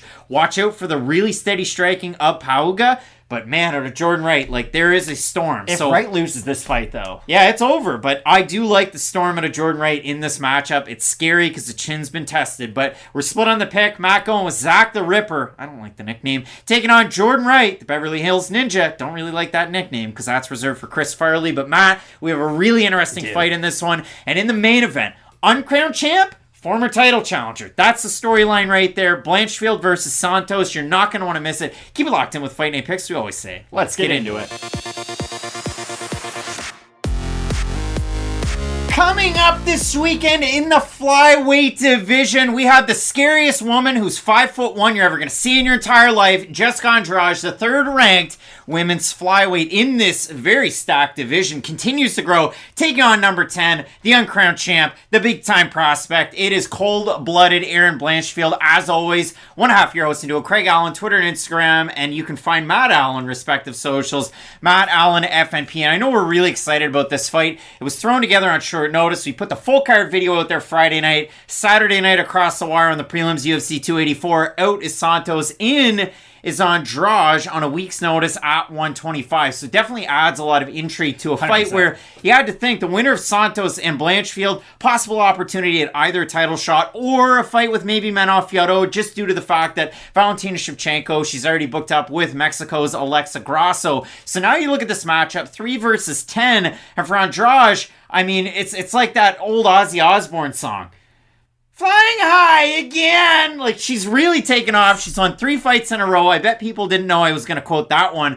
But wins over Cynthia Calvillo, Amanda Lemos, and Lauren Murphy. And the last main event slot for Jessica Andrade, that fight against Lemos, where a lot of people were kind of wondering. Lemos was on a streak of her own. And then, look at that. I mean, we're talking a standing, tricky submission for Jessica Andrade, similar to what Blanchfield was able to do 2 fights ago against J.J. Aldrich, albeit that Amanda Lemos, J.J. Aldrich, maybe not on the same scale of fighter. But when you look at this matchup, Matt, I know you're really excited about this one, and probably more so than the fight with Santos. Oh, without a doubt. I genuinely think Jessica Andrade, pound for pound, is one of, if not the greatest women's fighter of all time. Like, it's Amanda Nunes. You have to respect Ronda Rousey, what she did in this sport. Chris Cyborg, of course. And then Jessica Andrade might not have kind of the prime or the highest highs that some of them have, but when you talk about longevity and true lasting power in a division, she's been top 5 in 3 separate divisions. Really the only 3 women's divisions, and let's be honest, she's probably one of the top 5 145ers in the UFC too. I just really respect Jessica Andrade and what she's able to do in the cage, because she stays true to herself, which you normally wouldn't recommend when a fighter fights as aggressive as someone like Jessica Andrade, because when people go out there and throw hammers with their chin up in the air, normally that's looked at as a massive negative. But in the flyweight division for the women's and in the strawweight division for the women's, there's not a lot of one-punch murderous punchers out there. So when you go in there with that mindset of, hey, I'm going to eat your power shots to deliver my own, nobody in either one of these weight classes can deliver the same levels of power that Andrade is able to do when she is able to get on the inside and really flurry well to the body and to the head. Now, we have seen her struggle with some of the rangier strikers in the past. The Joanna fight's always one that stands out to me because it was a lot of Andrade rushing forward, Joanna using her footwork more than using her close range attacks, and really just being able to outthink Andrade. But that's the problem. Andrade on the feet has really only struggled with the greatest strikers, at least technically, on the feet. Like Rose Namajunas, she struggled with a little bit, but even if you go back and look at their 2 fights, yes, she gets dropped by Rose early on in their first matchup, but she also looks really good later on in the second one that she ends up losing. And with Andrade too, she's not someone who can really just get held down for long periods of time, and I think that's going to be a really important factor for Blanchfield in this fight. We talked about this a lot at the start of the week about how Blanchfield, especially early in her career, was showing a lot more of her striking, but now that she is fighting more upper echelon fighters, she's going to go to what got her to the dance, and her X factor definitely is the grappling. I just don't know if she's going to be able to hold Andrade down, A, and B, I don't mean this with any disrespect, but what the is Erin Blanchfield going to do on the outside with Jessica Andrade? I really think she's going to have to use her kicks, but they're not that fast. I think it's going to be tougher to set them up from the outside. Yeah, and with Erin Blanchfield, you kind of really did nail it on the head, and I don't know if we covered this enough when we talked about the Santos fight, and for a lot of people that are listening, they're going to say, guys, don't talk about it, but when we previewed the fight that Santos is going to have against Blanchfield, spoiler alert, we both picked Tyler Santos, and for me, it was Santos' ability to go in, cover range, get right back out, pop the 1-2 out there, mix in the power combinations, in and out, good in the clinch, and then she could really initiate some decent, defensive grappling. We saw it against Mayra Romero Barella the last time that Santos struggled with some of the grappling, but she's definitely gotten a lot better since that's happened. And for Jessica Andrade, you can kind of draw some parallels. I mean, you look at it, where was she getting submitted in her career? Well, the last time was in 2015 against Raquel Pennington at 135 pounds. So things have definitely changed for her, and she's definitely been able to show up and show it with her own grappling. Now, again, the aggressiveness comes with the striking, and you're going to think I'm going to talk about Andrade, but with Erin Blanchfield, let's go back and look at it a little bit, because when she was over there with Invicta, she was really putting on a great show. Her only loss, a split decision loss to Tracy Cortez. I'll say it today. I said it a month ago. I said it a year ago. I thought that she won that Tracy Cortez fight. However, we got to see her hands a little bit more, but it really was out of the orthodox stance, that lead leg, getting it up there and clapping the ear of her opponents. And she had great success with that in a lot of her fights. Now, the Leonardo fight, she hit her hard with it in the first round. She drops her and finishes her with it in the second round. She continued that role as she get into the UFC, but if you go and you look at the fights that she has had in the UFC, and this is for Erin Blanchfield, she beats Sarah Alpar, takes her down, lands a lot of good strikes, controls her. Completely out-grappled Miranda Maverick, and if anybody was going to out-grapple Miranda Maverick, I mean, I guess it would be Blanchfield, but you didn't really, And the amount of respect that people had for Maverick and in her career, especially at that point, she was looked at as like the heir apparent to the throne. So a great job there. She fights JJ Aldrich. She submits her in the second round, and we glance over a lot just saying that. And then in her fight against Molly McCann, it's one hitter quitter. We're done with the jiu-jitsu. The only fight where we've seen a lot of resistance for Blanchfield in the UFC is the fight against JJ Aldrich. First round, Aldrich on the outside. She's utilizing all of her tricky techniques, her really good striking, boxing, I should say. And then if you look at it, she was able to get a couple of takedowns. She was able to thwart the takedown, and then ultimately gets caught up in the clinch, up against the cage, gets caught in that really tight, tricky submission attempt. And that really is the calling card for Erin Blanchfield. You know her jiu-jitsu out of Renzo Gracie's in New York. She's been kind of cross-training at different gyms as the career's gone on. Be interesting to see if we get to see a little bit more striking out of Erin Blanchfield. And doubly, when you look at this matchup, obviously Andrade is taking this fight on a week's notice. It's a 5-round fight. Her last one against Lauren Murphy was just 3. But for Blanchfield and Santos, when it was announced that was going to be a main event, the poster didn't even come out until the Friday before, I think? And it was a really, really wonky looking poster, if I could add that. But Blanchfield Santos was supposed to be 3 rounds on a few weeks' notice. It was announced that that's going to be the main event of the evening. So both of these women, in a way, taking a short notice fight. We know that it is more short notice for Andrade, but vice versa. I mean, for Andrade, she's had title fights, she's had main events. She's taken fights on short notice before, too. That's the important thing. This isn't the first time Andrade hasn't had a full training camp and is now expected to fight one of the best fighters in the world. I'm pretty sure going into the Calvillo fight, it was the exact same storyline of, hey, think about how good Calvillo could be, and we all saw what happened there. I just go back to, what have we ever seen Jessica Andrade struggle with? Fighting some of the all-time great fighters, and that's pretty much it. And Erin Blanchfield could be that fighter. She could be that fighter, Matt. She could be, but I could hit 23s in a row in an NBA game. I won't. It's just for Blanchfield, it's far too early to tell. You brought it up a lot. If you struggle with JJ Aldrich, I do struggle to see you going out there and looking great against the likes of a Manon Fiorot, a Talia Santos, a Jessica Andrade, and that's why I do pick Andrade in this matchup. But again, I look at this fight as very similar to the Santos fight, and I said this a lot. It was, hey, this could be the loss that is the best thing for your career, because if you beat an Andrade, if you beat a Santos, you're fighting Valentina next. That's a pretty difficult fight. I think we can all agree on that. Or Alexa Grasso, or the likes of a Manon Fiorot, which is really difficult fights after this one if she is able to win. We have a system to these videos. You've already given it up. You're just like a cheap. But when you look at this, Matt, we threw it out there to the YouTube community tab. 500 total votes, 63% going with Andrade. Out of the comments, Russ Gaudette's really looking forward to this one. Love them both, but Andrade is a beast. She's going to get the win. Orthodox Southpaw, hard pick for me. Hard to go against Andrade, but Blanchfield submitted McCann like it was nothing. Blanchfield is a grappling savage for sure. We'll go with one more. Christopher Gray, y'all crazy. Blanchfield's going to walk through this like a walk in the park. Severely underrated. Matt, when I do look at this fight, if you just have a look at the odds in this one too, I mean, Andrade is a slight favorite, and she did open a minus 190. She's minus 140, so the odds are swaying Blanchfield's way. Blanchfield now plus 114. I look at this fight, and it was fun to watch it years ago, and then it was fun to reread it on the plane today in the fighter's mind. And Sam Sheridan did a whole chapter on Kenny Florian and Kenny Florian's fight against the Muscle Shark. I see this fight going just like Kenny Florian's fight against the Muscle Shark. He struggled with his jiu-jitsu off the back. There were bright lights. He struggled in that big-time main event atmosphere, and that's what caused him to lose that fight. I see Erin Blanchfield having a hard time getting openings with some of the jiu-jitsu. The wrestling offensively is great for Andrade, but for me, it's the striking X factor. It's the in and out, as you already mentioned. The work to the head and to the body. Andrade's going to throw the kitchen sink at you, and where I saw somebody like JJ Aldrich, albeit she is a southpaw, but Aldrich had a lot of success boxing on the outside, backing away and circling away. That was the X factor for Aldrich until she got caught. For me, Andrade has those sliders turned all the way up. I agree with everything you said, but not for the reasons you said them. I don't think Andrade should ever back up in this fight, even for one step. If you back up, you give Blanchfield the chance to then get back into the fight with her own kicks. I'm just if you saying, get rid of her kicks, Aldrich had success with a lot of the striking and the boxing, and even she had success in the back foot.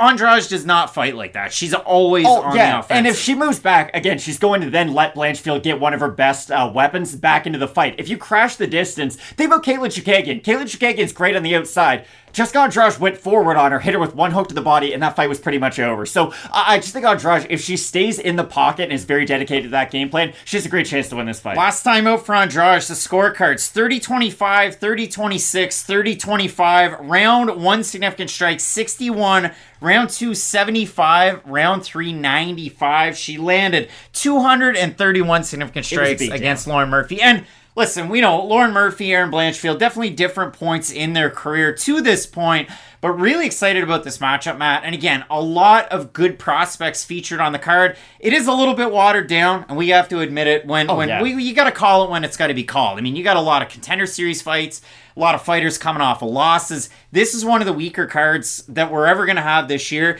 Next weekend, you have Krylov versus Spann. That's an interesting fight in the light heavyweight division, but next weekend's more of the same. It's a lot of debuts, contender series, stuff that we can get really excited about, but overall, the MMA community, I mean, the folks that are coming off the UFC 284, Matt, like, that was one of the biggest videos we've ever had on the channel. That was top 3 of all of the videos that we've ever had on Fight Night Picks. So we want to thank you so much. But when it does come to the talent on some of these cards, yes, there's good prospects, but at the same time, you got to kind of pick on the UFC a little bit when it's due. Well, yeah, like if I went to an NBA game and just watched 2 benches play against each other the whole entire time, management. I'm still watching NBA talent, so I'm happy about it, but there's still levels to it, and that has to be said. And yeah, kind of like how load management allows you to rest your stars, the UFC doesn't always like to have their stars on these cards, so then, they don't have to spend a lot of money on it. That's besides the point, though. This is a huge opportunity for Erin Blanchfield, though, and I can't stress that enough. Like, she went from being in a very difficult fight where a lot of people saw her as the underdog to still being in that position, don't get me wrong, but it's against an opponent on short notice, who you are a lot bigger than, and that does have to be said. Like, Blanchfield's big for the division, and Andrade is not, and it's a way bigger name, too. Like, if you beat Jessica Andrade, that does massive things for your career. If you beat Santos, it's a really good win. It's going to get you towards your goals in the sport. But in, the general MMA world, people aren't necessarily going to put as much weight behind it as they will if she can go out there and beat someone like Andrade. So, a great opportunity for everybody featured on this card. Question mark kicks 2 hours before the prelims. There's no travel, so it's going to be a regular show for us. And I'm going to be here for the rest of the week. So, Matt, it is a big-time card. Again, question mark kicks, Twitter and Instagram, at Craig Allen FNP, at Matt Allen FNP, at Fight Night Picks. Make sure you're checking out some of that great content. The likes are appreciated. The subscribers that joined the channel this week, you folks are definitely awesome. Everybody out there, thank you so much for tuning in. Keep it locked in with Fight Night Picks. We always say, let's get into it.